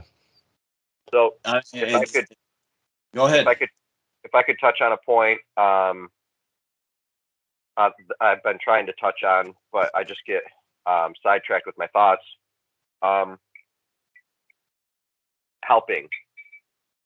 Helping people out, helping people be reborn, helping people get rid of their goo-goo, their Jew, whatever you want to call it, their bad plasma, their bad energy, their bad karma. People carry a lot of bad karma with them, and that's that bad energy that we're talking about. They got to own up to it. We can't always wipe it off clear. So even with healers, it's a big job. So I'm proposing a healthy, clean alternative for a reset. And it's one of the most popular new up-and-coming things that people are doing to become reset. It's called ketamine, a K-hole.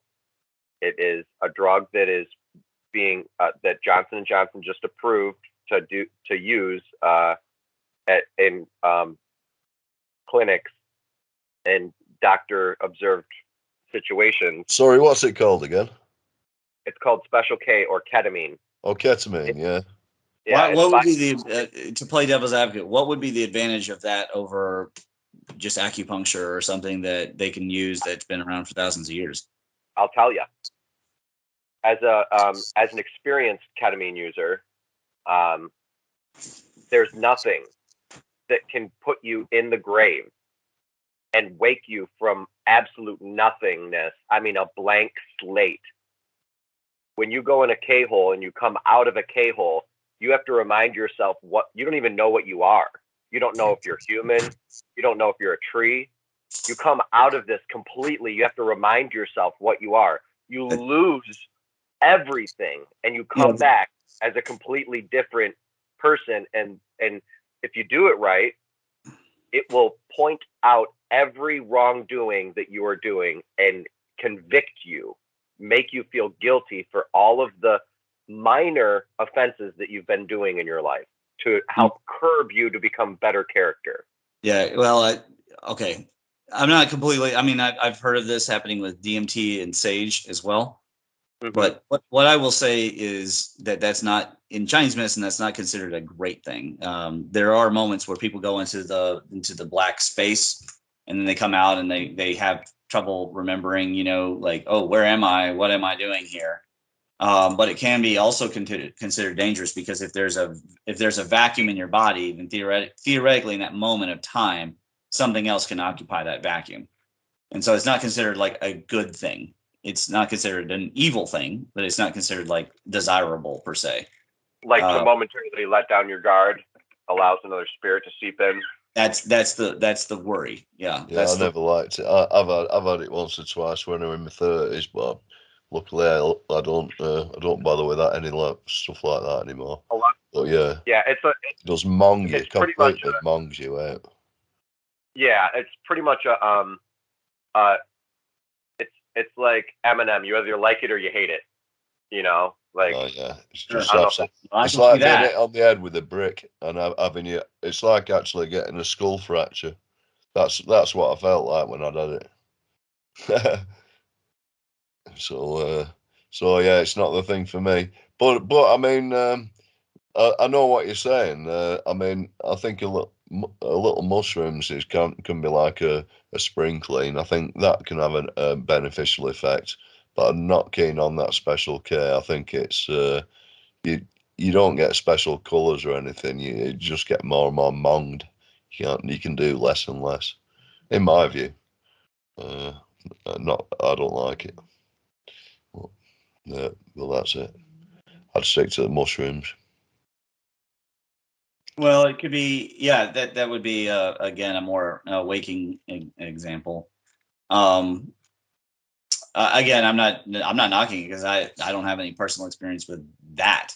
Yeah. So therefore, I can only speak from what Chinese medicine would say, and it would say that there's a potential danger of creating that vacuum purposely. And also, though, there is an actual danger in addiction to the void. And there are multiple Buddhist and Taoist texts that talk about voidism being a danger. You don't want to come back, yeah. Yeah, seeking, yes, because it is addictive to not have any kind of attachments and to not feel anything. Yeah, that's like that's just another form of addiction. Odysseus in the land of the lotus eaters. You forget who you are, where you are, what you're meant to be doing. Yes, you're hitting exactly on it. Yeah, it's also considered edging on death here, and a lot of people like to be in that comatose state because there's so much information to acquire right on the edge of death. Of course. I mean, a ridiculous amount. I mean, it's like your life flashing before your eyes kind of information. That's why Michael Jackson was always in that comatose state, because he would glean information that you can only get when you're right there, teeter-tottering. The question is, though, does any of that lead to objective truth? Because I heard a very interesting sermon from a preacher who's Baptist. And he said the problem with our modern society is that we think that subjectivism leads to truth. It only leads to interpretation. The objective truth comes from nature and comes from God. And when we get obsessed with using intuition in order to find our truth, and then it hits us in the face because Michael Jackson died of an objective fact. Right. He died from consciousness is nature. Consciousness is nature. So to take those two away from each other is you really can't. The objective truths and subjective truths that we're gaining, we gain both mentally. I mean, think of the scientific. I don't think we can call this subjective truth. I think we can call it, you can say my truth if you like, but I don't think that you can ever call it truth. But you're right that you can't separate the two because to have the object, you have to have the observer. And to have the observer, you have to have the object. So, when we're here, we're scientists looking for an objective reality. We're looking for things that are happening, whether they're superstitious sort of things or just plain old regular physics and chemistry. We're looking for what things connect them and what makes them tick, what makes them work. We all would love to have an empirical anatomy of the void and maybe even start to be able to touch the counter space or void and when I meant to say anatomy of the ether. And so we'd like to interact with these things because we suspect that there's an infinite amount of energy available that would be beneficial and freeing to humanity. But the one thing the elephant in the room is, even if we do all that, or even if they know it's already available and they may be hiding it, they're going to use violence to enforce control over us because they have bad programs in their nervous system. And I'm not even sure that cleansing the CDNs will cause a spontaneous acceptance of the sin of that fascism. I'm not sure that they would give it up. I have a hard time imagining that Hillary Clinton gets into a pod and the pod cleanses her channels and she gets out and goes, oh, so that's why I can't do all those evil things, and suicide the people, right? No, their philosophy is different. That's what allows murderers and that's what changes the difference between okay, for example, if you kill 1 or 2 people, you're really bad.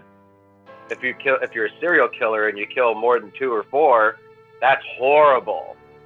But if you're a mass murderer, you're actually held up on a pedestal. Like Hitler or Mao or Stalin. Or Hillary Clinton. It's like, how do I get my number? Where is the differentiation point between becoming a mass murder hero and a serial killer? I mean, I'll tell you exactly. It's how much in demand you are off the top psychologists, and how much they will get off writing a book about you. That's how in demand you become, and they wind up with the. I won't say anything. I'm going to go silent unless you get me fish and chips, pudding and peas, packet of cigarettes, whatever you want, And so off goes the psychologist, coming back with a load of goodies for him, and then he starts talking about his horrible life. The guy writes it all down, puts it in a book. Suckers read it because they're ghoulish. So what makes a film out of him, maybe. And he's an hero. 40 years, he's a national bloody hero. Everyone's thinking about him. Let's plug that idea and concept directly into Netflix, which is what they did. Exactly. And the result of the dying woke culture and us waking up out of our stupor, actually, it's kind of funny. You can see how much we're waking up away from the COVID flu because people are starting to not watch Netflix as much. Subscriptions are all going down, which the only thing that means is probably people are actually going back out into society. It's like they're like, okay, I've watched everything on Netflix for 3 years. Now it's time to go out into society. Turns out there's no substitution for reality. Right. Yeah. They're it's probably too late for a lot of people after they've been locked themselves up for 4 years of going out and doing anything. Too scared to go outside now. And then it's good. It's war good around the corner. It is good, and it's everybody's afraid. Like you touch someone and they jump. Like that's it. I'm fast. I'm a quick person. I just move fast. So like I'll be behind someone and they won't even know I'm there. And this happened within the past couple of months 5 times. I'm just like, why is everybody so startled? I'm not like a crypt keeper. I'm not creeping up on you. I'm like right there, dude. I'm like, hey, you should have seen me there, kind of guy. like people they're not as observant as they used to be. Oh. It seems like everybody's super afraid. There's boundaries. I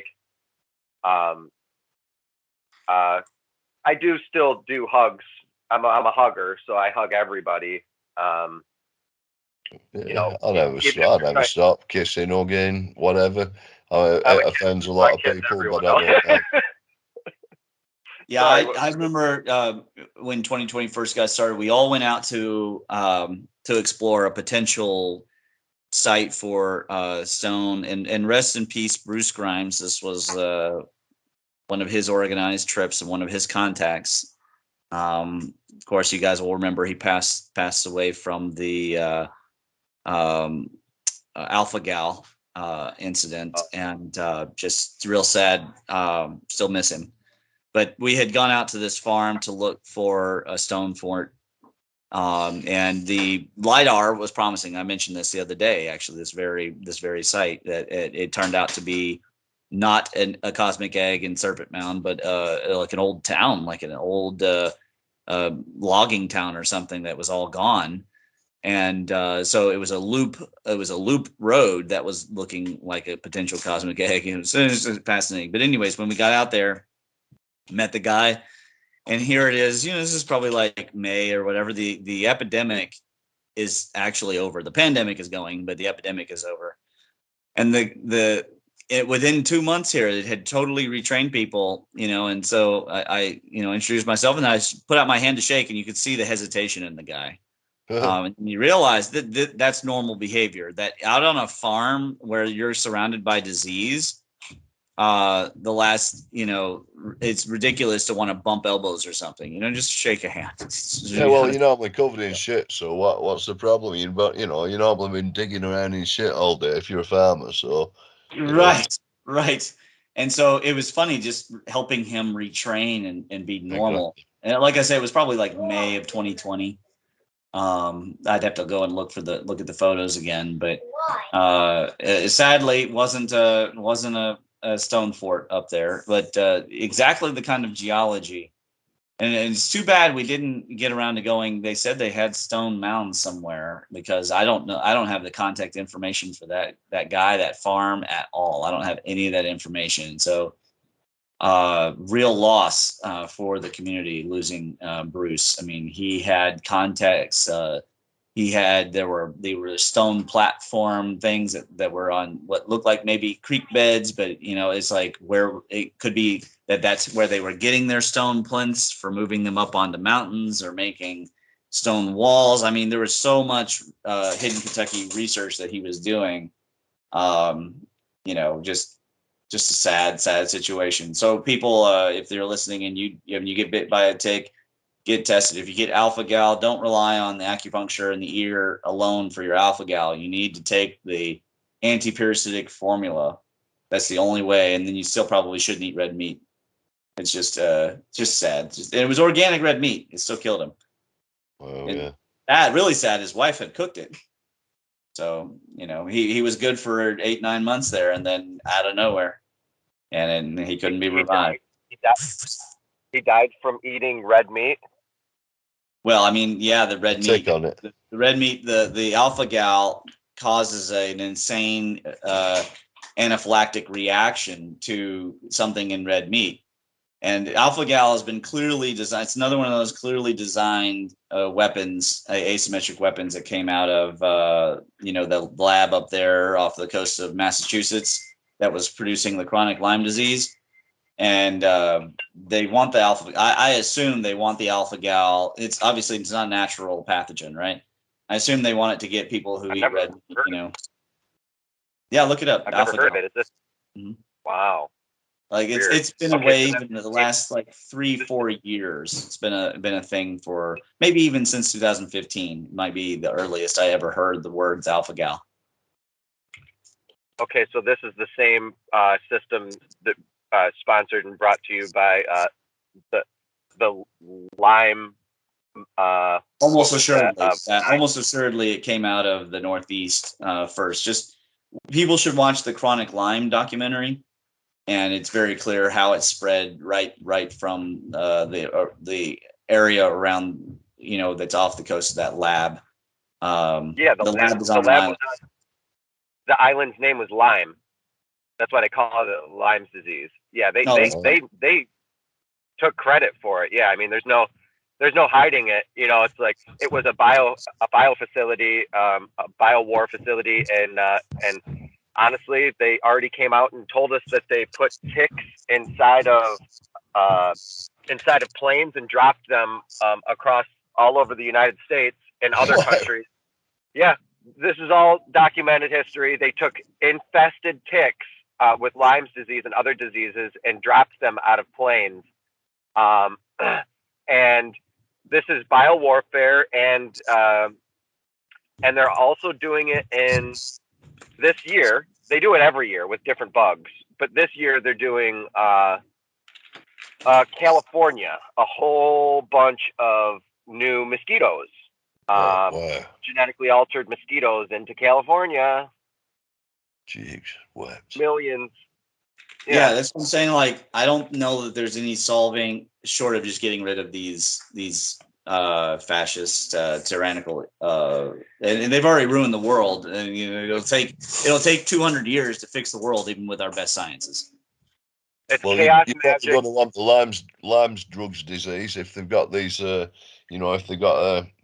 they've got the crossover Lyme's disease. But like I say, we've got the Chinese formula for treating parasitics, and that would be the thing that I would encourage people to. Of course, I can help you get some, and then you can have it on hand when you need it. It's an expensive formula, but not as expensive as dying. So something to consider. I mean, I don't want to scare people up, but I would say like it's something worth taking the time and shoring up your family's defenses in that way. I mean, I take my kids out. Also, people should learn how to do cupping, because if you get bit by a spider or a tick or a snake, you can use the cupping to pull the energy. So there's the poison itself, which is dew, but then there's the energy, and that's dew or goo. It's the same thing. The thing with the tick is it's burrowed into your skin, and so you've got to remove it. And if you remove it, you stand a very little chance of it. There's that, and there's the staph that it brings, and any other diseases. But then there's an energy wave that parasitism and poisons. Which the difference is, goo is non-conscious, and dew is just like rust on a truck. It doesn't care. Goo is conscious. I'm sorry, and dew is non-conscious. It's the real only difference. Both of them ruin your life just slowly. Potentially it could be quick. Obviously goo can be quick, but most of the time goo is a slow working poison, and you can use the cupping to pull it out. And there's been times recently that I noticed that my chi told me, you need to cup this spot over and over and over again, whereas in the past you just do it once. So there's something that they're introducing, and it's producing more disease. And again, what can do? Chinese medicine has its tricks. I don't know how long those tricks will work. They're now at the point where they're producing diseases that target races. So that's coming out of China very soon. Oh, they've been doing that for a long time. Good old Fauci has been instrumental in AIDS and the whole lie of AIDS and the drugs that the AZT that killed people and was destroying people's lives. AZT it's a killer. They weren't dying from AIDS. People were dying from the drug they were taking, AZT. This is already proven facts. Well, they were expensive as well, wasn't it? I mean, I remember in the 80s, 84, 85, there were a lot of them in Adam Brooks Hospital when I went in. My girlfriend's son were ill, and they were all there in this. I've never seen it like it, but that were an AIDS ward then, and AZT. When they brought that out, it was like £1,000 a week to get the AZT to keep alive, and that changed the course of things. But of course, anyone who had money soon had it stripped off them. Who was buying the AZT, and now it's a controllable disease now, I believe, fully controllable. The AIDS, well, I don't know what sort it is or not, but I've heard it's controllable if you get it quick enough.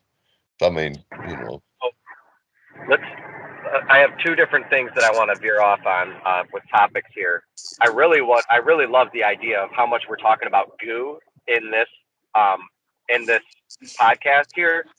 Yeah, because you were using the GOO version, and then of course the Chinese is GU, which means worms, but it's such a similar meaning. Okay, continue. I'd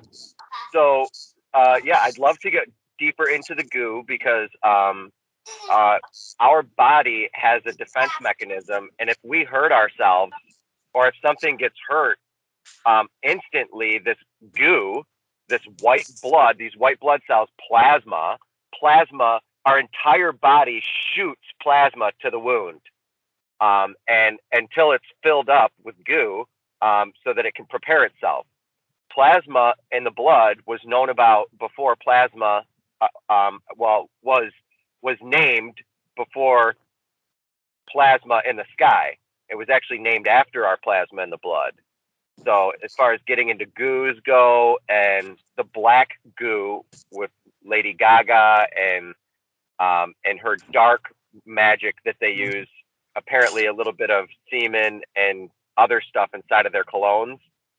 You're allowed to sell all sorts of weird body stuff, body parts, and I don't know about fetuses and things, and colognes and perfumes. And the best-selling perfume for a long time was Lady Gaga's, because it had cum in it, and blood, human cum and human blood, and you're allowed to sell it and buy this apparently. So that became really popular right around the time when Mariana Abramovich was doing spirit cooking, which involves the same ingredients inside of your spell. So that's goo. There's all sorts of different types of goo.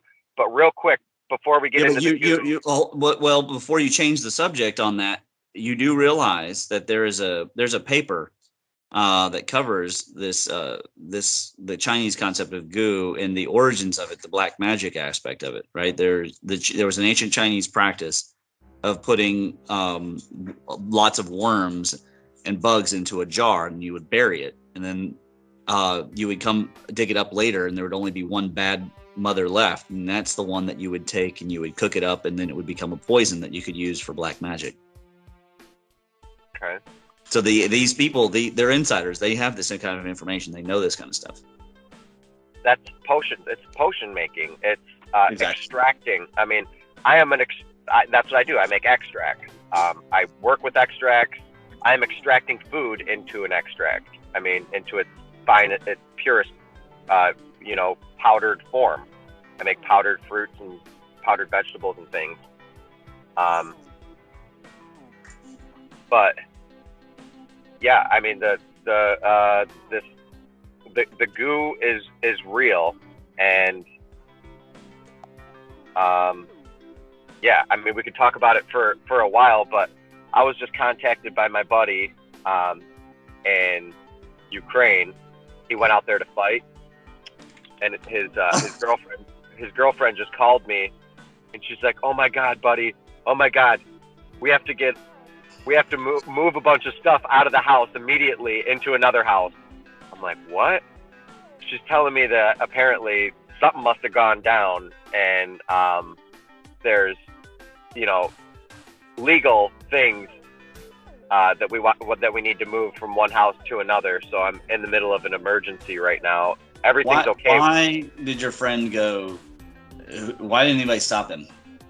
Because he's Scott. we all tried. Scott is Scott. He's going to do what Scott wants to do.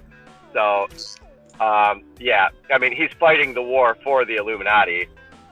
Right. Anybody who's fighting that war is fighting the war for the dark side on both sides, and any war. Correct. Correct. There is no victor. Yeah, there's no victor in that war. Yeah. Wow. Well, I mean, let's pray that your friend escapes the situation and gets back to some good place where people love him. But yeah, please, anybody who's listening, do not go to the Ukraine. Bad things have been happening to Americans that went to the Ukraine.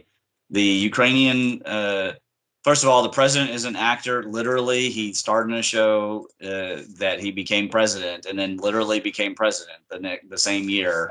Hey, that sounds like Trump.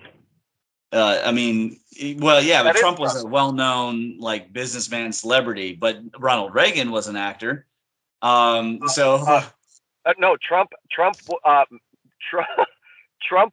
made that TV show. What is it? The Apprentice. He was the only one that could make The Apprentice succeed. They had 5 people try to make it work after him, and they all failed. Yeah, The Apprentice only worked because of him. Right, of course, but because I mean, the guy's always had like a charm around him. Either people hate him or people love him to death. It's just the way that charm goes. But Zelensky's government is 100% a puppet of the New World Order. Like it's been set up that way since 2013. And there are Oliver Stone. There are two now Oliver Stone documentaries. I definitely recommend that people watch about that. But then you can't, you don't want to side with Putin either, because Putin's very clearly KGB tyrant. So you're going, who's the winner in this? I don't know who's the winner, but I can tell you the loser is everyone. Everyone's a loser in this situation. There's no winners in this situation. I guess the military industrial complex, right? They get to sell their contracts. Which reminds me, if people, we've been talking about all this stuff. If you like the concepts of, black pill issues and things like that, go to the peer review cult paper off of Academia. Page 31 is your Get Wrecked Conspiracy Fact page. And there's also a link in some footnote somewhere in that paper to the U.S. military empire map. You can take a look at how big, and that's just one military. It's obviously the biggest military empire that's ever existed, but it's just one of them around the world. There are several military empires. They're overlapping each other. So the whole situation is primed for an issue. At the end of the peer review cult paper, I then have a discussion of Michael Crichton's. Actually, this would be worth. Let me just even pull up the paper, because this is a topic that is definitely worth our time. It has to do with fractals and stuff that Michael Crichton was trying to warn the world about, or trying through Dr. Ian Malcolm. Of course, in the film, they just reduce him to a kind of a mathematical nut job who likes hitting on women or whatever. But is it the peer review cult? Hold on, it might be. Let me see if it's in this paper. It might actually be a different one. Mm-hmm. A lot of citations in this paper. No, it's not this paper. Just a second.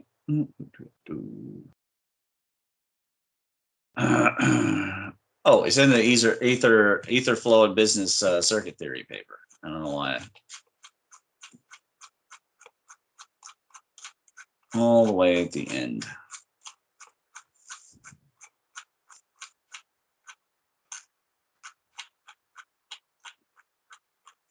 All right, so he had these series in both Jurassic Park and The Lost World. These iterations and configurations, and their fractals, and the patterns begin to emerge. Of course, this on the right looks a lot like the Sierpinski triangles. And over here you have your this is a new science. Wolfram, right? Yeah.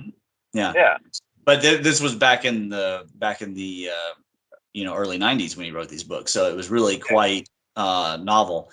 Now the point is, at the sixth iteration, the recoveries and the breakdowns begin happening the most, and then seventh, the system tries to reconfigure itself. It's a very interesting concept. It's very philosophical, and obviously Ian Malcolm is a eccentric character to describe this.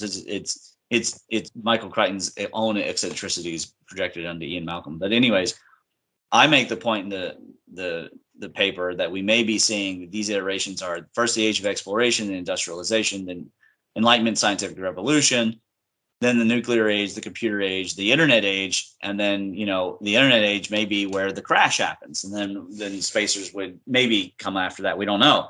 So my point is that if Michael Crichton was correct, and Ian Malcolm's character is correct, and sort of in the way that Sherlock Holmes made scientific statements that are still useful, is really Sir Arthur Conan Doyle, then the only way we'll get to spacers is for us to go through that crash.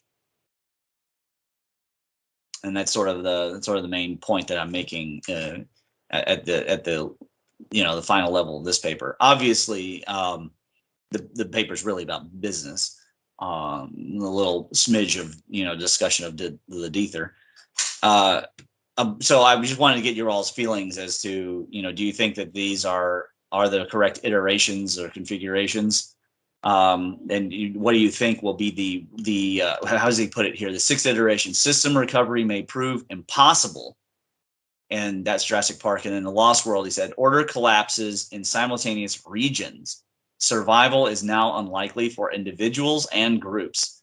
And I thought that was, I mean, remember, these came out in the early 90s. So they have nothing at all to do, like, directly with Koof Koof, the election frauds, or nothing. Like, all of this is definitely ancient, history. I'd have to say that we've been talking like this. This is apocryphal thinking. I mean, we've been talking like this forever. It's the art of war. What we're talking about is the art of war. It's never going to go away. It's always going to change. And these open windows of order that collapse into chaos are lifted up by the very things that collapse it into chaos again and again and again on itself. So you're arguing that the changes are happening both small time and big time, and so there will always be a sixth iteration of something. Is that what you're basically saying? Yeah. If you really want to see the breakdown of what you're talking about, study the Feigenbaum constant and the bifurcations there. There's if you want to type it up, we can look at it. Figen, Feigenbaum. Hold on. I'm aware of that. As far as I'm concerned, these fractal, these recurrent machines, they can set up very complex systems from very, very simple instruction sets, and then just getting to 7 generations before this and that happens. Doesn't really. I mean, it can describe some forms of life systems. It might describe some very simple one, maybe on a sort of on a cellular level, it might describe a life system. But I think it takes a lot of, as far as I can see, a lot of very complex mental structures or differences to get to the complexity of an animal, and before an iteration starts which no one has considered, and it blows the system to bits again, because that's what generates. That's normally what generates in these feedback systems. They don't necessarily 100% feedback, but a situation arises in the environment that wasn't predicted, and then that iterates and grows. So they're not necessarily brilliant prediction machines, is what I'm saying. Although I'm sure that Wolfram is onto something. I mean, he's trying to express all quantum physics using these systems, and of course, I think that quantum physics is slightly flawed, but he thinks, well, he's, yeah. It's more than slightly flawed. Yeah. They tell you themselves they don't know what they're talking about. The more confusing and the more something doesn't make sense, the more it proves that it's right, because it's weird and mysterious according to quantum physics, quantum quackery. Yes. So it is. I mean, he thinks he's described again. He thinks he's found the number that can describe development on any kind of area. Like the growth constant. It's not one number. It's not one number. It's completely not one number. It's a system. Of course it isn't. Yeah. I mean, everyone wants to try, or a lot of people try to get a big toe, right? A theory of everything, and they try to wrap everything all into one. But there's so many things happening. Like, just for example, the 4 fundamental forces. Those haven't even been brought into a theory of everything. That's what we're trying to do, a grand unified theory. But well, yeah. No, I think they're interesting. I think that, I mean, I've looked at that Stephen Wolfram. I've followed what his logic and everything through there, and of course he's looking for these missing combinations as you would look for missing combinations to form new atoms, or new combinations of protons and neutrons, etc., and electrons. So there are some obvious ones that he's missing, and quantum physics is spending absolutely billions of pounds trying to detect these particles that ought to be there. Well, that's what they're telling us they're doing. But if you watch Stranger Things, I heard that they summoned a monster or a demon. They probably got to go to some fairly funny parties to get the job, you know. They've probably got to sell the soul or something, you know. I don't know what. That's probably the best way I've ever heard it explained in my life. you probably have to go to some pretty funny parties in order to get there. Yeah. Oh, that's great. And yeah, that's my view on that. And yeah, Ramon.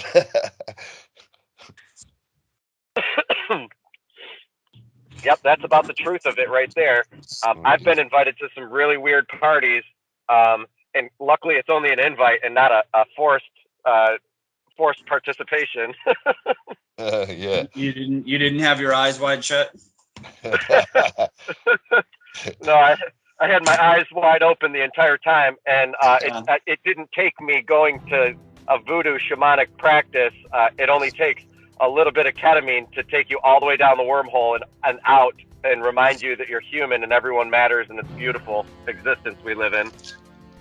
Exactly. You don't need ketamine, of course, but all drugs help enhance our senses. Speakerphone. You're on speakerphone. Yeah, I know. I'm talking to the kids. Advil, Tylenol sometimes for headaches. Yeah. So yeah, that's it. Let's just move the subject along there. Yeah, thanks. Yep. Last thing I need is questions from the 5-year-old. So at any rate, you guys had wanted to. You were looking at that. I had to stop my screen share, but the Feigenbaum. So the thing that immediately reminded me of. I don't know if you've seen the work on biocomputers. Have you seen that? Yeah, I think I don't know too much about it. Enlighten us. Well, there is. I can't say I'm enlightened myself, but they use this principle or something like it to essentially. There's a way that the so-called bits, which are chemical, of course, they're being passed along in a way down the protein chains. I guess they're kind of like muscle, like proto-muscle computers, and it passes them along. And anyways, it reminded me of this organization. You know, I've seen this Feigenbaum before. I just didn't know it was called that. Okay. And there must be some reason why the biocomputers utilize an organizational structure that is similar to this Feigenbaum. I can't say that it is a Feigenbaum. I really don't know. But there must be something about it because it enables it to be fast, not quite as fast as quantum computers, but definitely way faster than electrical. Of course, they're not at a place yet where they're ready to commercialize anything about it. Right. But it does pass the information extremely fast. Our technology, the only thing that our technology is doing is growing ever closer at an exponential rate towards the wheelhouse, the fulcrum of what nature operates on. So the more our computers mimic the structure of reality, the greater computing capacity we're going to have. Eventually, it's going to be in strands of DNA inside, data compression inside of crystals, which we're already doing both of those already. So, the more that our advancement is literally dependent on working on nature's fulcrum of the wheelhouse of the gyroscopic principle of how nature actually works. And yeah, you've got to look at it this way as well. There, all living cells can store information. You can store You can store plus, minus, and maybe the other one, the yes or no, the yes no, and biological units like us contain about I think it's 30 trillion cells, which can be potentially all controlled by by a controlling cell, and you've got millions and millions of biological computers. And that's how you imprint a spirit, or how a spirit gets imprinted into someone's body or psyche, because all the cells and everything is open, unless you have a firm footing in your belief system, and you have solid roots that reach all the way down to the center of hell. Can you make it all the way that your branches reach up to heaven? You know, I've heard this saying before, but your roots have to be so deep that when you learn all this new baffling information, you don't lose your mind. Yeah, that's right. You're right. Yeah. And almost everybody who goes into these deep waters that doesn't come out of the bends loses their minds. You got to be able to come out of the bends, and that's why Special K can help you understand what the bends are. There is information that's coming into our body. Special K is horse tranquilizer. Yeah, that's what it was in the 90s. It was right. Sold as a horse tranquilizer. Yeah. Well, before it was used as a horse tranquilizer, it was used as an anesthetic for humans.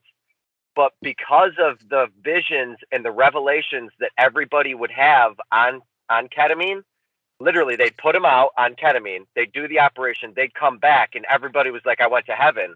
I saw this. I saw that. I had a vision. I was with Jesus. This is what happened when people went on K. Now, if people start taking K, like, I think K can help the really dark, bad people in the world like nothing else can. Like, no prayer. Like, no, I'm not saying that K is more powerful than prayer, but who knows? We don't.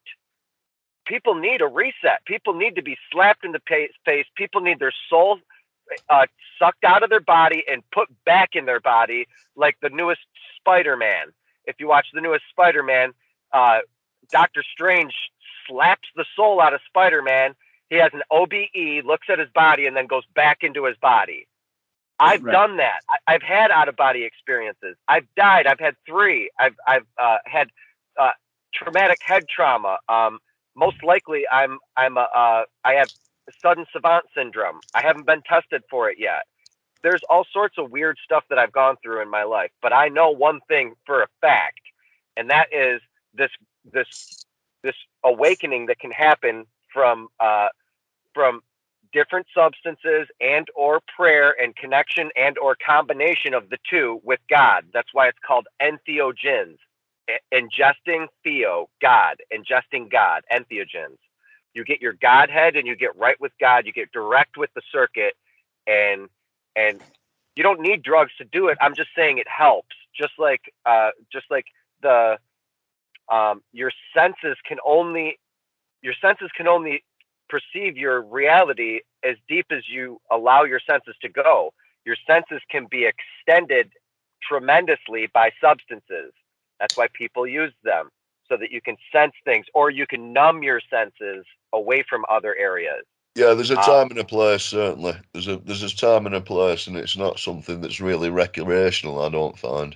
Not any of that anyway. But yeah, you're right. I think if they decide to have a mushroom thing, I'll make sure I'm prepared. I know a lot. It's not for everyone. It's not for everyone, is it? So but go on, yeah. There certainly would be a benefit to feeding it to all the members of Congress, but that would be a laugh. That would be. I'm trying to speak circumspectly on account of the children being around, but I do think that there are ways to change consciousness using pure energy without resorting to any kind of materialism. And in the book of Balance and Harmony, Louis Ming very specifically, he makes it clear that all of the superior roads of alchemy, the superior spirit alchemy, including the best of the tantric activities, they're all based on Tao and not based on the consumption of some like pill or some, mind-inducing drug, or drinking dew or gazing at starlight. That these, and it is a book I definitely recommend, The Book of Balance and Harmony, which is translated by Thomas Cleary. I agree, and I'll tell you what, if you can manage to elevate, and when it does happen, it's better than anything you'll get out of a trip. It's you'll be more astounded and more blown away by what is actually really there than what you thought wasn't there, if you know what I'm saying. Yeah, when it happens, more to the point about Louis Ming. It's a vision that happens when you're sober is always more profound than when you're on substances. But there's a profundity that doesn't get lost on either of them. Yeah, I would say that there's a place for everything. One thing about Louis Ming, and this is an important point, is that he didn't write anything about Taoism until he had studied it for 40 years. So he had been working the alchemical furnace inside of himself for all those 40 years. And that's an important point, in that it makes his opinion far more superior than my opinion, for example. So anyways, that would be the only thing I would say people should look before they do. I had a patient who had a psychotic break because he drank his own urine after consuming something, the very famous one that starts with an L. And of course, it caused him to have a mental breakdown. He was in the hospital for a month. And there's a point in the Taoist I Ching where Louis Ming talks about, where he talks about twisted byroads. He talks about that a lot in the Book of Balance and Harmony, and also in the book Understanding Reality, which is a translation of the text called the Wuju Pian. Wuju Pian. Pian means a pill. And so it sort of means like the understanding reality pill. And the true alchemy happens inside, the chemistry all happens inside of the glands, which is very much in agreement with the Egyptians. But at any rate, in the Taoist I Ching, he has a series of things that he says about what destroys the student of the path of the Tao. And there are several things. One of them is arbitrary guessing. Another one is being inconstant, or being constant but in the wrong ideas. And then finally, of course, a person who has the capacity but never meets somebody who to lead them on. And all of these things can cause a person who is otherwise interested in the Tao to lose their way along the way and never reach attainment. And I think that's really fascinating. Every 10 years is supposed to be the compounding of the elixir. It's also called, it's based on Bodhidharma. It's called 9 years facing a wall. The legend is that they wouldn't let him into the temple. He'd been assigned to the Shaolin temple, but the Buddhist monk there wouldn't let him in. So for 9 years, he sat in the cave above the temple and meditated and gazed. And at one point, he fell asleep. The legend is that he cut off his own eyelids so that he could never completely fall asleep again. And there are states that have been attained by monks that have been verified through entheogens and through science to be altered states that go beyond. Funny, this conversation is happening because just last night, my student, we were talking about one such state the Tibetans have. Is called Trungpa, where they would practice dying, and then if they perform it correctly when they die, the body doesn't rot. And that's been verified by science as well. And the Western doctors don't have really an explanation for it. And the body will sit there for 40 days. Yeah, but not rotting. They do that by, there's a word for it, but it's starvation. Self-mummification is how they do that. Yeah, self-mummification. And they do ingest. This is a known thing in Buddhism that they will ingest oils and incense and such. However, Help it's preserve not their impossible. It's not necessarily impossible for their consciousness to still be present. And in particular, there's a documentary called The Unmistaken Child, where they actually show the death of the Lama, the cremation, the sign that he was reincarnated. They show that. Then they show the calculations done, the probability numbers, then the journey of the disciple to find the child, and then the testing of the child, then the return of the child to the home village, and the child going up to the cave and asking questions about what happened to my thing here, what happened to my thing over there, and the raising of the child from a young age. They found him, when he was only like 3 or 4 to like 6 or so. It's a fascinating documentary, no matter what people think about the practice of the Tibetan religious establishment, basically forcibly taking the kid. In a way, I mean, they ask the parents, and the parents give up the child. And so it's all about that excarnation process again. Right. The spirit leaving the body. Yeah, the documentary is called Unmistaken Child. And if you watch that one, you might as well go ahead and watch the documentary Wake Up, which is a completely different situation, but it's on these basic topics. Trungpa. Fascinating stuff. Fascinating stuff. Very unusual things that, again, the mainstream likes to ignore, and we seek to explain with our excellent cosmology. Yep. Well, we're getting closer anyway, a little closer. Step a little by bit, step. little by little. Yeah. Little by little. Now I've been looking at these ocarinas. They're quite an interesting thing. They're these little flutes with very clay, very complex little air parts in them. They go back for thousands of years. They can play. Some of them can play 5 notes on a pentatonic scale, and it was thought originally they were. Well, when I came across them, it was that Chichin. I put it up earlier anyway, but it seems like they show up in prehistoric Bosnia as well. I'm wondering if it's got anything to do with their pyramids there, and because I'm trying to establish where the inhabitants of the Caribbean, where they actually came from. Sort of, according to the Atlantic theory again, there was contact. There was contact right down the North American eastern coast with prehistoric Irish, Scandinavian, Northern European, and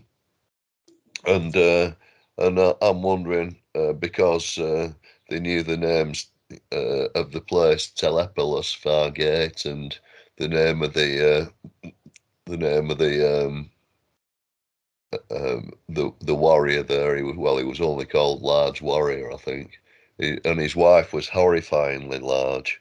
But anyway, these of course were the giants. So there would have been people who had mixed with Neanderthal, or interbred with Neanderthal originally, if they were giants, and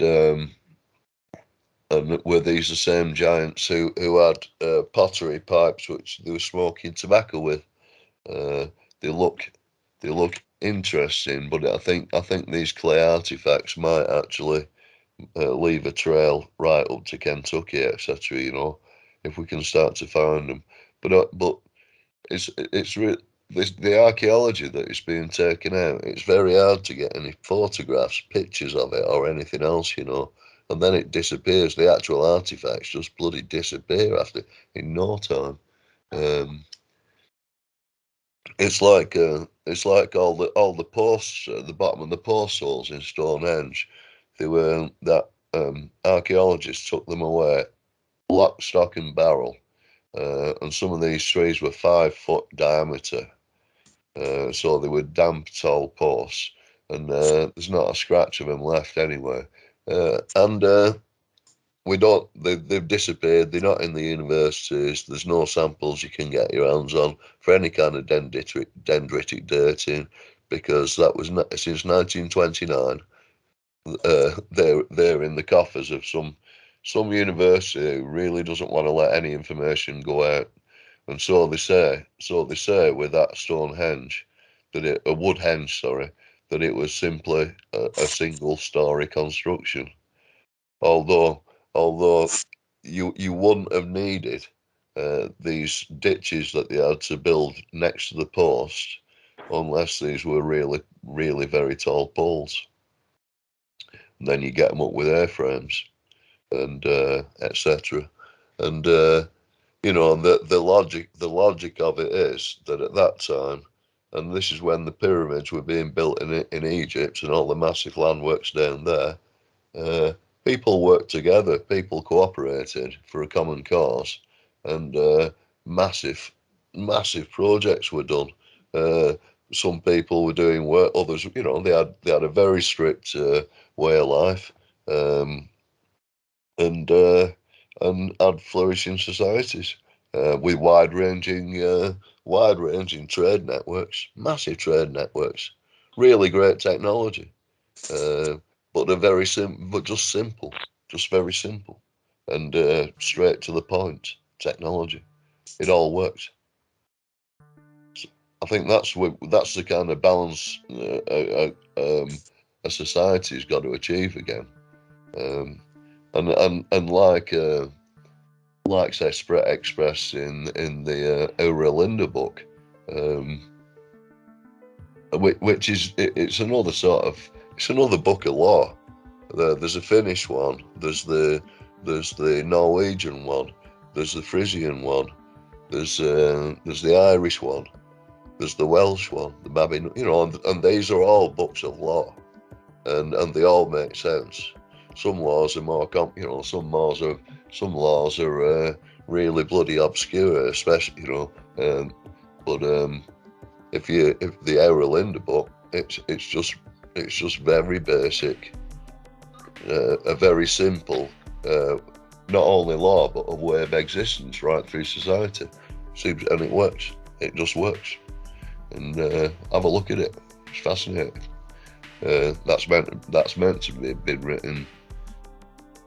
Well, yeah. Excerpts from 2000 BC in it, but a lot of people, of course, think it's a fake because it's a compendium of all the documents, of course, compiled in 1295. But as a work of philosophy and how it fits into sort of the modern historical view of the area and what we've found out in the last 100 years of archaeology, it's just really accurate information that it can't have come from just one person's imagination in 1835, because it's just too much. You know, it's like J.R.R. Tolkien didn't just invent all his Lord of the Rings. It was he used many of the names or types of names from the ancient history as he understood it, because he knew these periods, the Aesir and the Vanir and all this lot. He knew all about these and so he wove them into a very colourful story. But it probably did have some relation to what we're seeing in history in world terms now. You know, is this struggle still going on between the Greeks and the Trojans? Is it a thing that's endemic to mankind?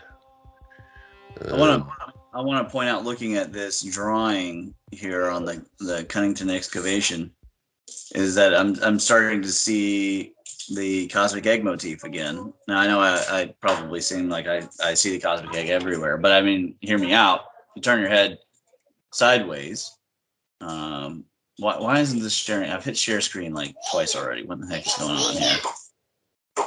Sorry, I'm trying to get it to share. I don't know why it's being difficult, but when you turn your head sideways a little bit, you see the flat butt, you see the bottom, and you see the bulge. And am I missing this? Have you measured yet? Have you looked at the ratios? Here, I happen to have a ruler next to me. Let's do a quick spot check for the live on the show, people. It certainly looks egg-shaped to me, yeah. That isn't a sphere. No, yeah. Let me let's see here. We'll go with these two poles. That's a 7.8 millimeters on centimeters. We got a 7.8, and we'll divide that by. We're gonna go with an average because that one pole looks a bit like an outlier, but looks like roughly some hell of a skyscraper. Roughly 7. Let's see here. About 6.9. Let's go with 6.9. So we'll divide the. How wide is it? 7.8. What's the scale of it? That's 1.1. Hey, that's 1.13. That's Saturn. That's a Saturnian diameter ratio right there. Fascinating. Now, let's see, if I were to look at the entire diameter, let's go from the very outer bank here. Let's see. Well, it says no bank. Hold on, bank, no bank. What's that mean? Bank, no bank. Maybe the ditches. I don't know. I'll just do the whole. There were secondary features. It's the smaller post holes on the outside of the extent of the building. 15.2. I'm going to divide that by. That's about 1-to-1 on that. So these outer features could be coronal discharges. Yeah, it's fascinating. It's interesting that outer that blue edge, the blue posts going around, formed a 1.13 diameter ratio. We've got to find out what's the number of posts in each circle. Yeah. Well, I was just about to ask you. Did you count them yet? No, I haven't. Okay, so let's do it. So we're going to use the left outlier as the starting point. I'd start at sort of 2 o'clock or at 9 o'clock, like you said, 9 o'clock. Yeah, start at 9 o'clock. Well, I'm using the one that's poking out so that I know exactly where it's at, and then I'm gonna go counterclockwise.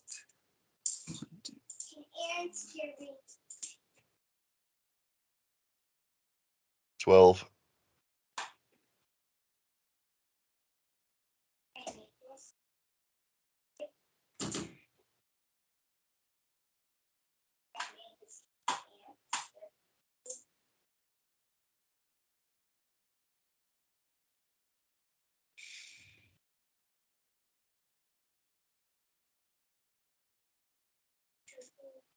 So there's 60 blue posts on the A and D ring. 60, yeah. 60 on that, and then the BNF ring. I'm going to go from this big guy here.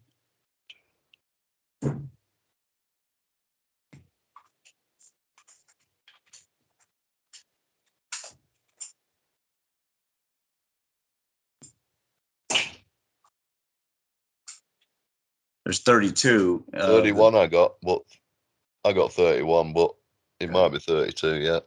I got 32. So, this is looking cylindrical, but that doesn't mean that it wasn't based on, either that they saw a Palladian thunderbolt and then guessed, or, that it could be based on the 60-day cycle, just the same as the Chinese use. I mean, you got to wonder where that 60-day idea came from in the first place.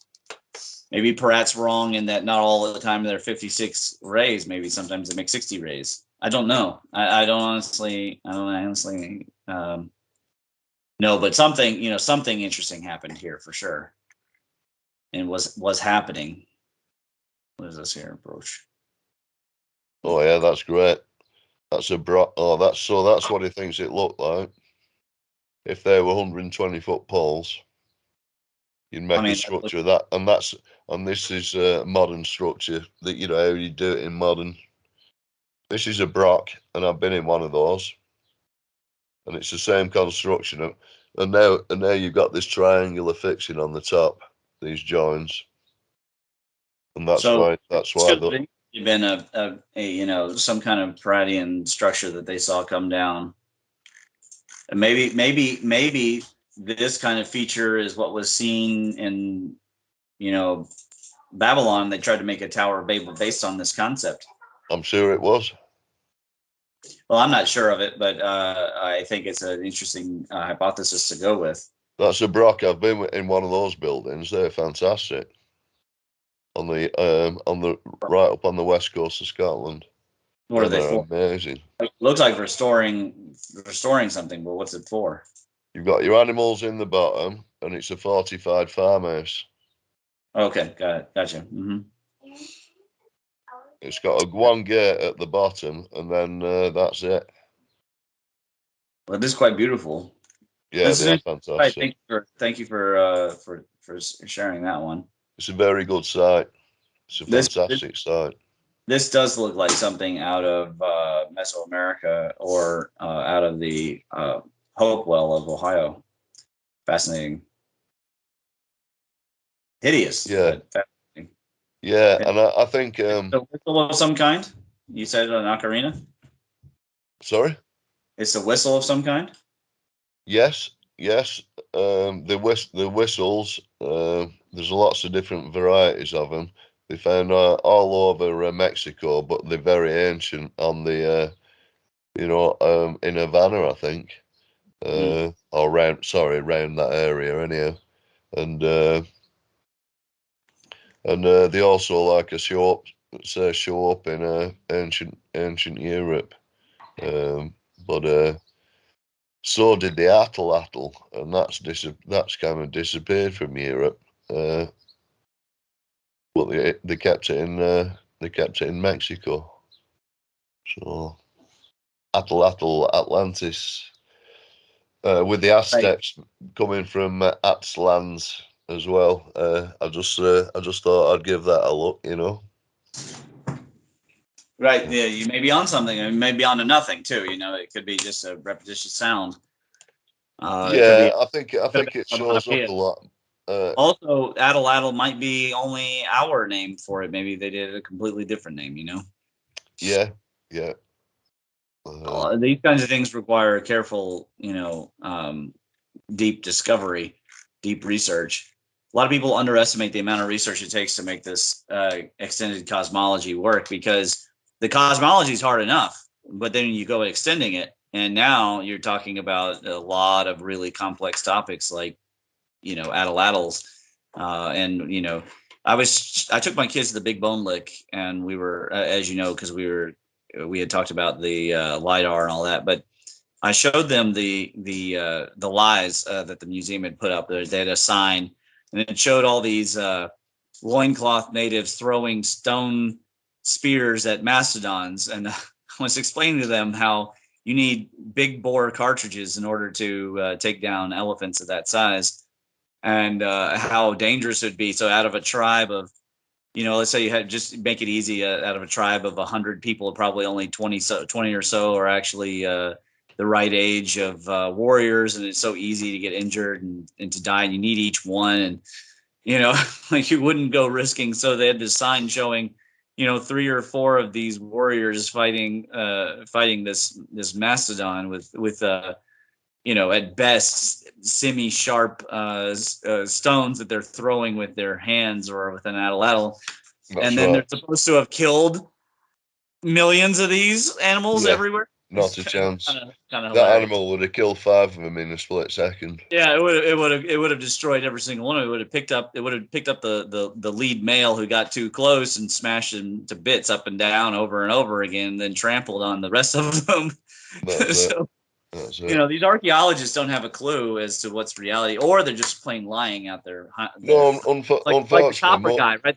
the guy who said that you could chisel stone with copper. Then he took his students out there and they gave up after about 30 minutes because their hands were hurting.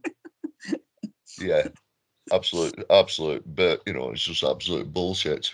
They were clever people. They were clever people. They weren't into working, and those ancient people, I don't think, were slaves. No, they weren't. They were in teams of engineers. They were. They could do solutions. They probably had some form of differential mathematics. Even who knows what they were capable of doing, like summations and obviously they had Euclidean geometries because they were making everything very accurately straight. I wanted to bring up before we close. I wanted to bring up what did people watch the Primer Fusion? I say Primer Fusion because I speak English, but he says Primer Fusion, so whatever. David's new video. So I'm going to do a short paper on these two videos. Anybody watch these?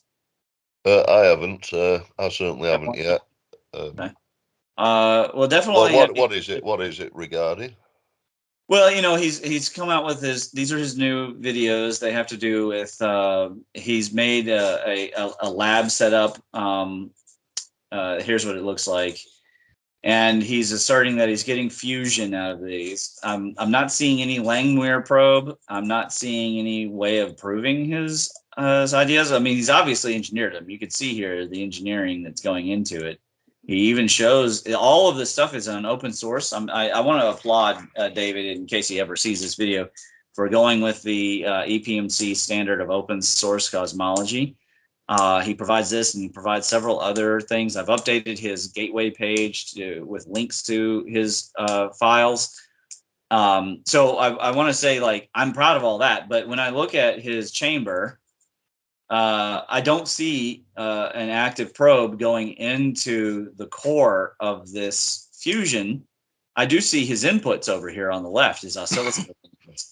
But I'm not seeing proof of the output that he's actually getting more energy than putting in.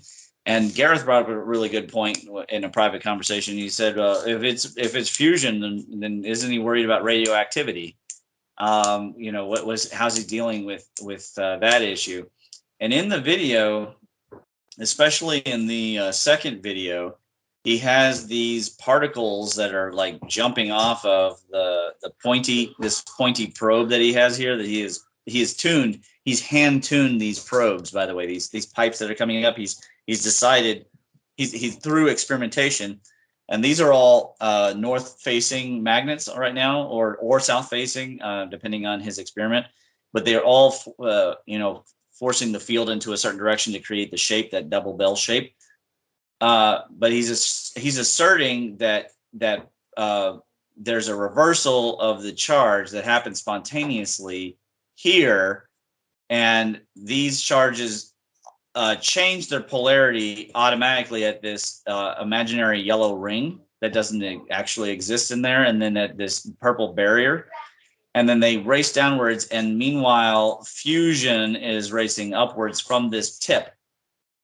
But when he shows the video, the particles are going in all directions, number one, and they appear to be going towards the metal magnets in order to find ground, is what I would assume. And then, they're not going all straight up. And then secondly, how is he deducing that there's actually fusion that's happened, unless he's just following basic Farnsworth fuser principles, and he's like, okay, I know it's fusion because of the Farnsworth. These are 3D printed. Also, by the way, so they tend to melt after a few changes of the configuration. This is an example of one of the plasma beams. So it'd be interesting. Next video, if people can take the time to watch both parts. He's going to release a part 3 as well. But if you can watch both parts, and then we can have an in-depth conversation. I'm not here to just criticize the guy. Like I say, I'm really glad that he's gone open source, but he's saying that the hydrogen is hitting his boron, and I guess it's combining with carbon, or maybe he's saying it's making the carbon, and now it's popping helium. I mean, how's he measuring that? I don't know where he's getting that information. I don't know what I just don't see anything in this setup to prove his assertion. Or is this measuring gases down here? I don't know. So I'll be interested to see everybody. Here's the destruction that happens. I mean, obviously the setup is not as robust as Sapphire, but at least it's open source, which is different than what Sapphire. Is there transmutation?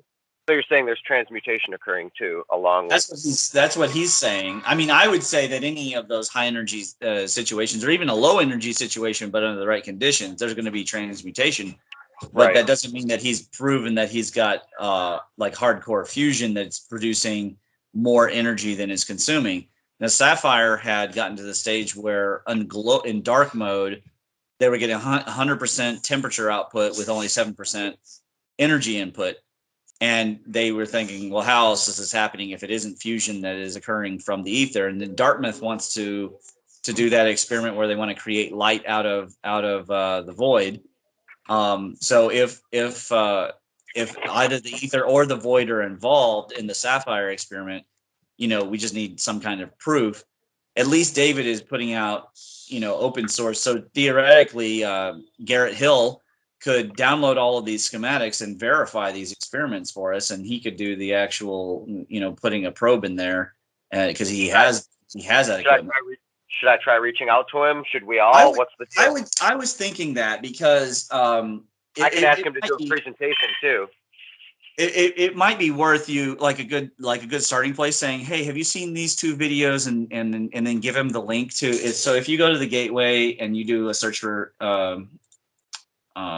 and not Andy Hall, but David LaPoint. Okay. What I've done is I've included the two new things, permacubes, primary fusion. But if you go under the videos, it says open source files right here. It goes right to the site that has all of the technology transfer files available.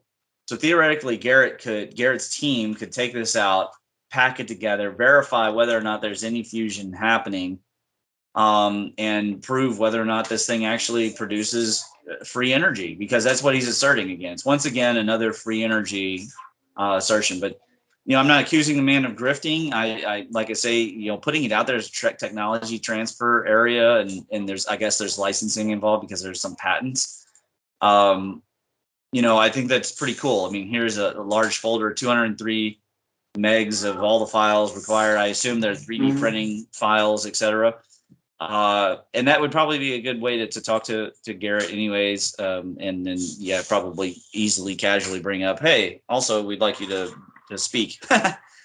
I'd love to reach out to LaPoint too. I know he had a little bit of, there was some discrepancies or disagreements or something with the community with him.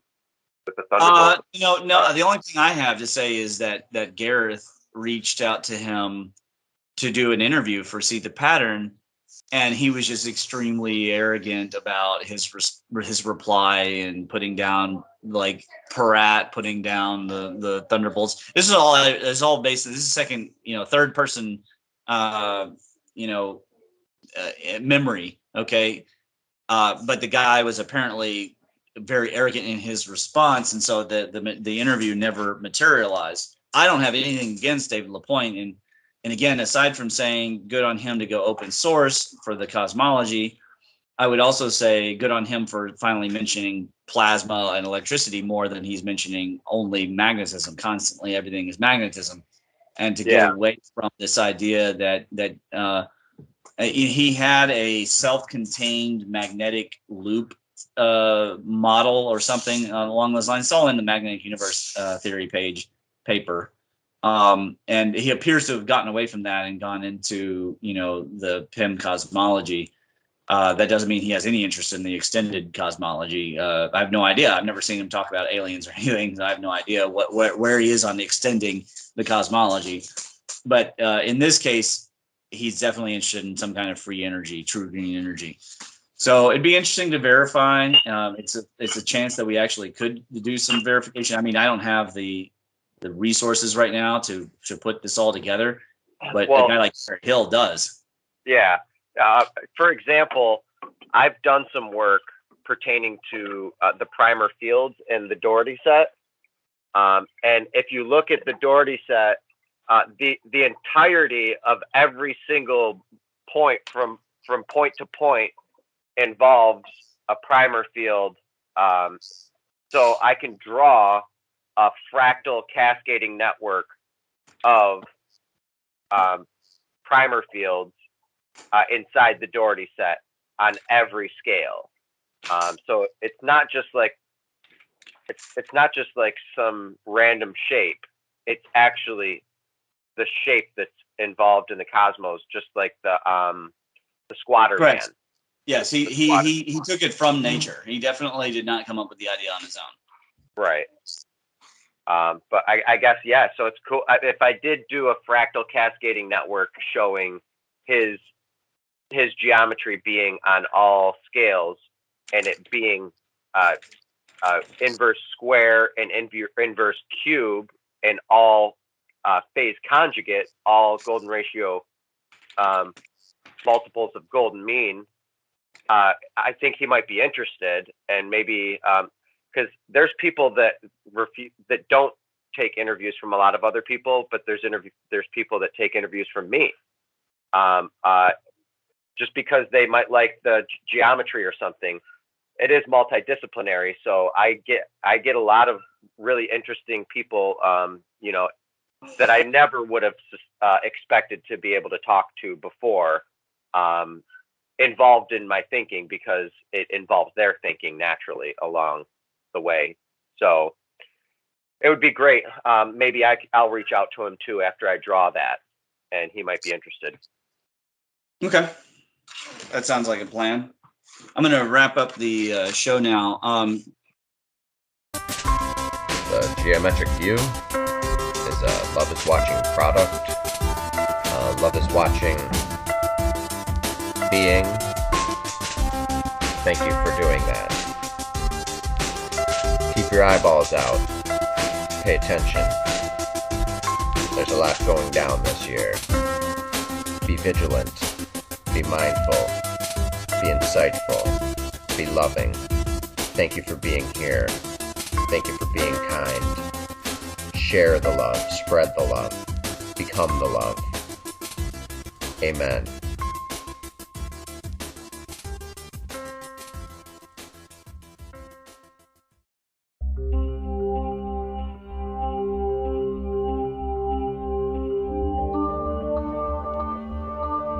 Thank you for being here for episode 61, season 6. Looking forward to seeing you on the next one. Have a good weekend.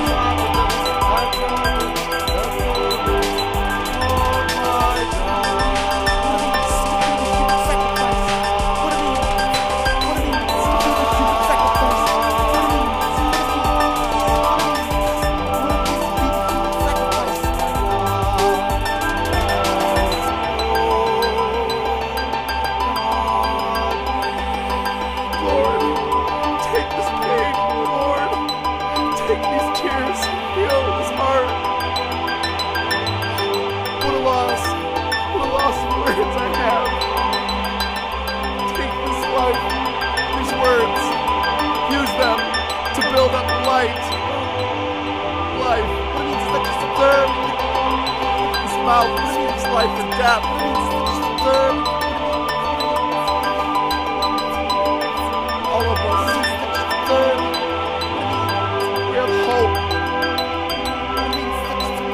life for the cause.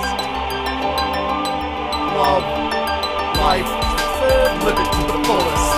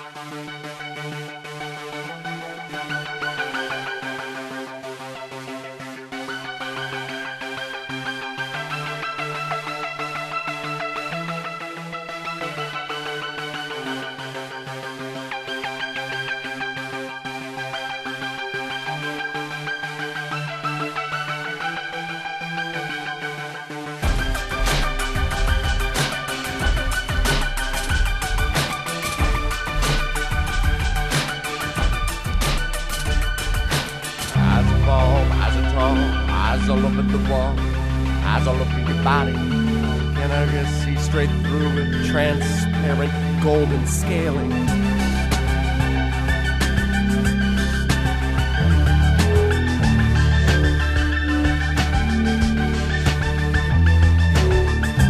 largest of the edifice embark on this because this is the journey. The journey is life.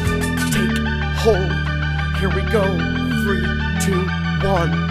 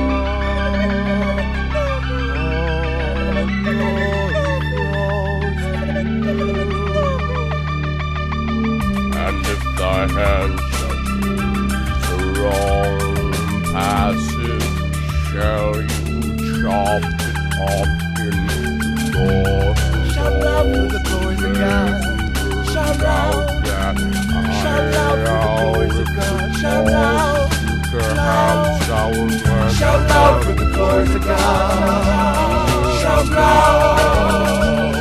Shout loud for the glories of God. Shout loud. Shout loud for the glories of God. Shout loud. Shout loud for the glories of God. Shout loud.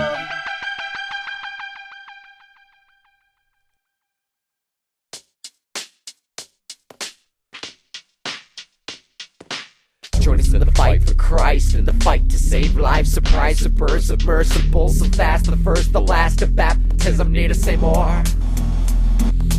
Pay attention like the marrow in your bones, zero in your back, arrow in your lungs, zero into the back, tertiary Christian neurons, synapses and narrow entrance into eternity.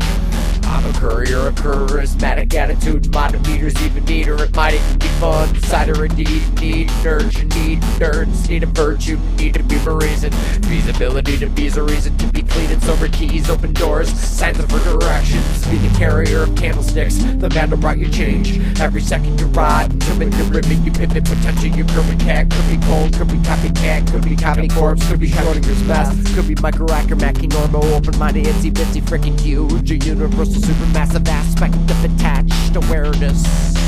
Aware of this all? Collaborative consumption.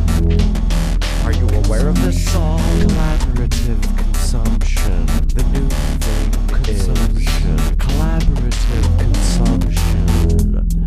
Consumption. Get up now! Out of the boat! Drop! Where did this up? We don't got about a girl, but about a not about a goddess spirit. Get up, what's up? Jedi chapter. Little what's up?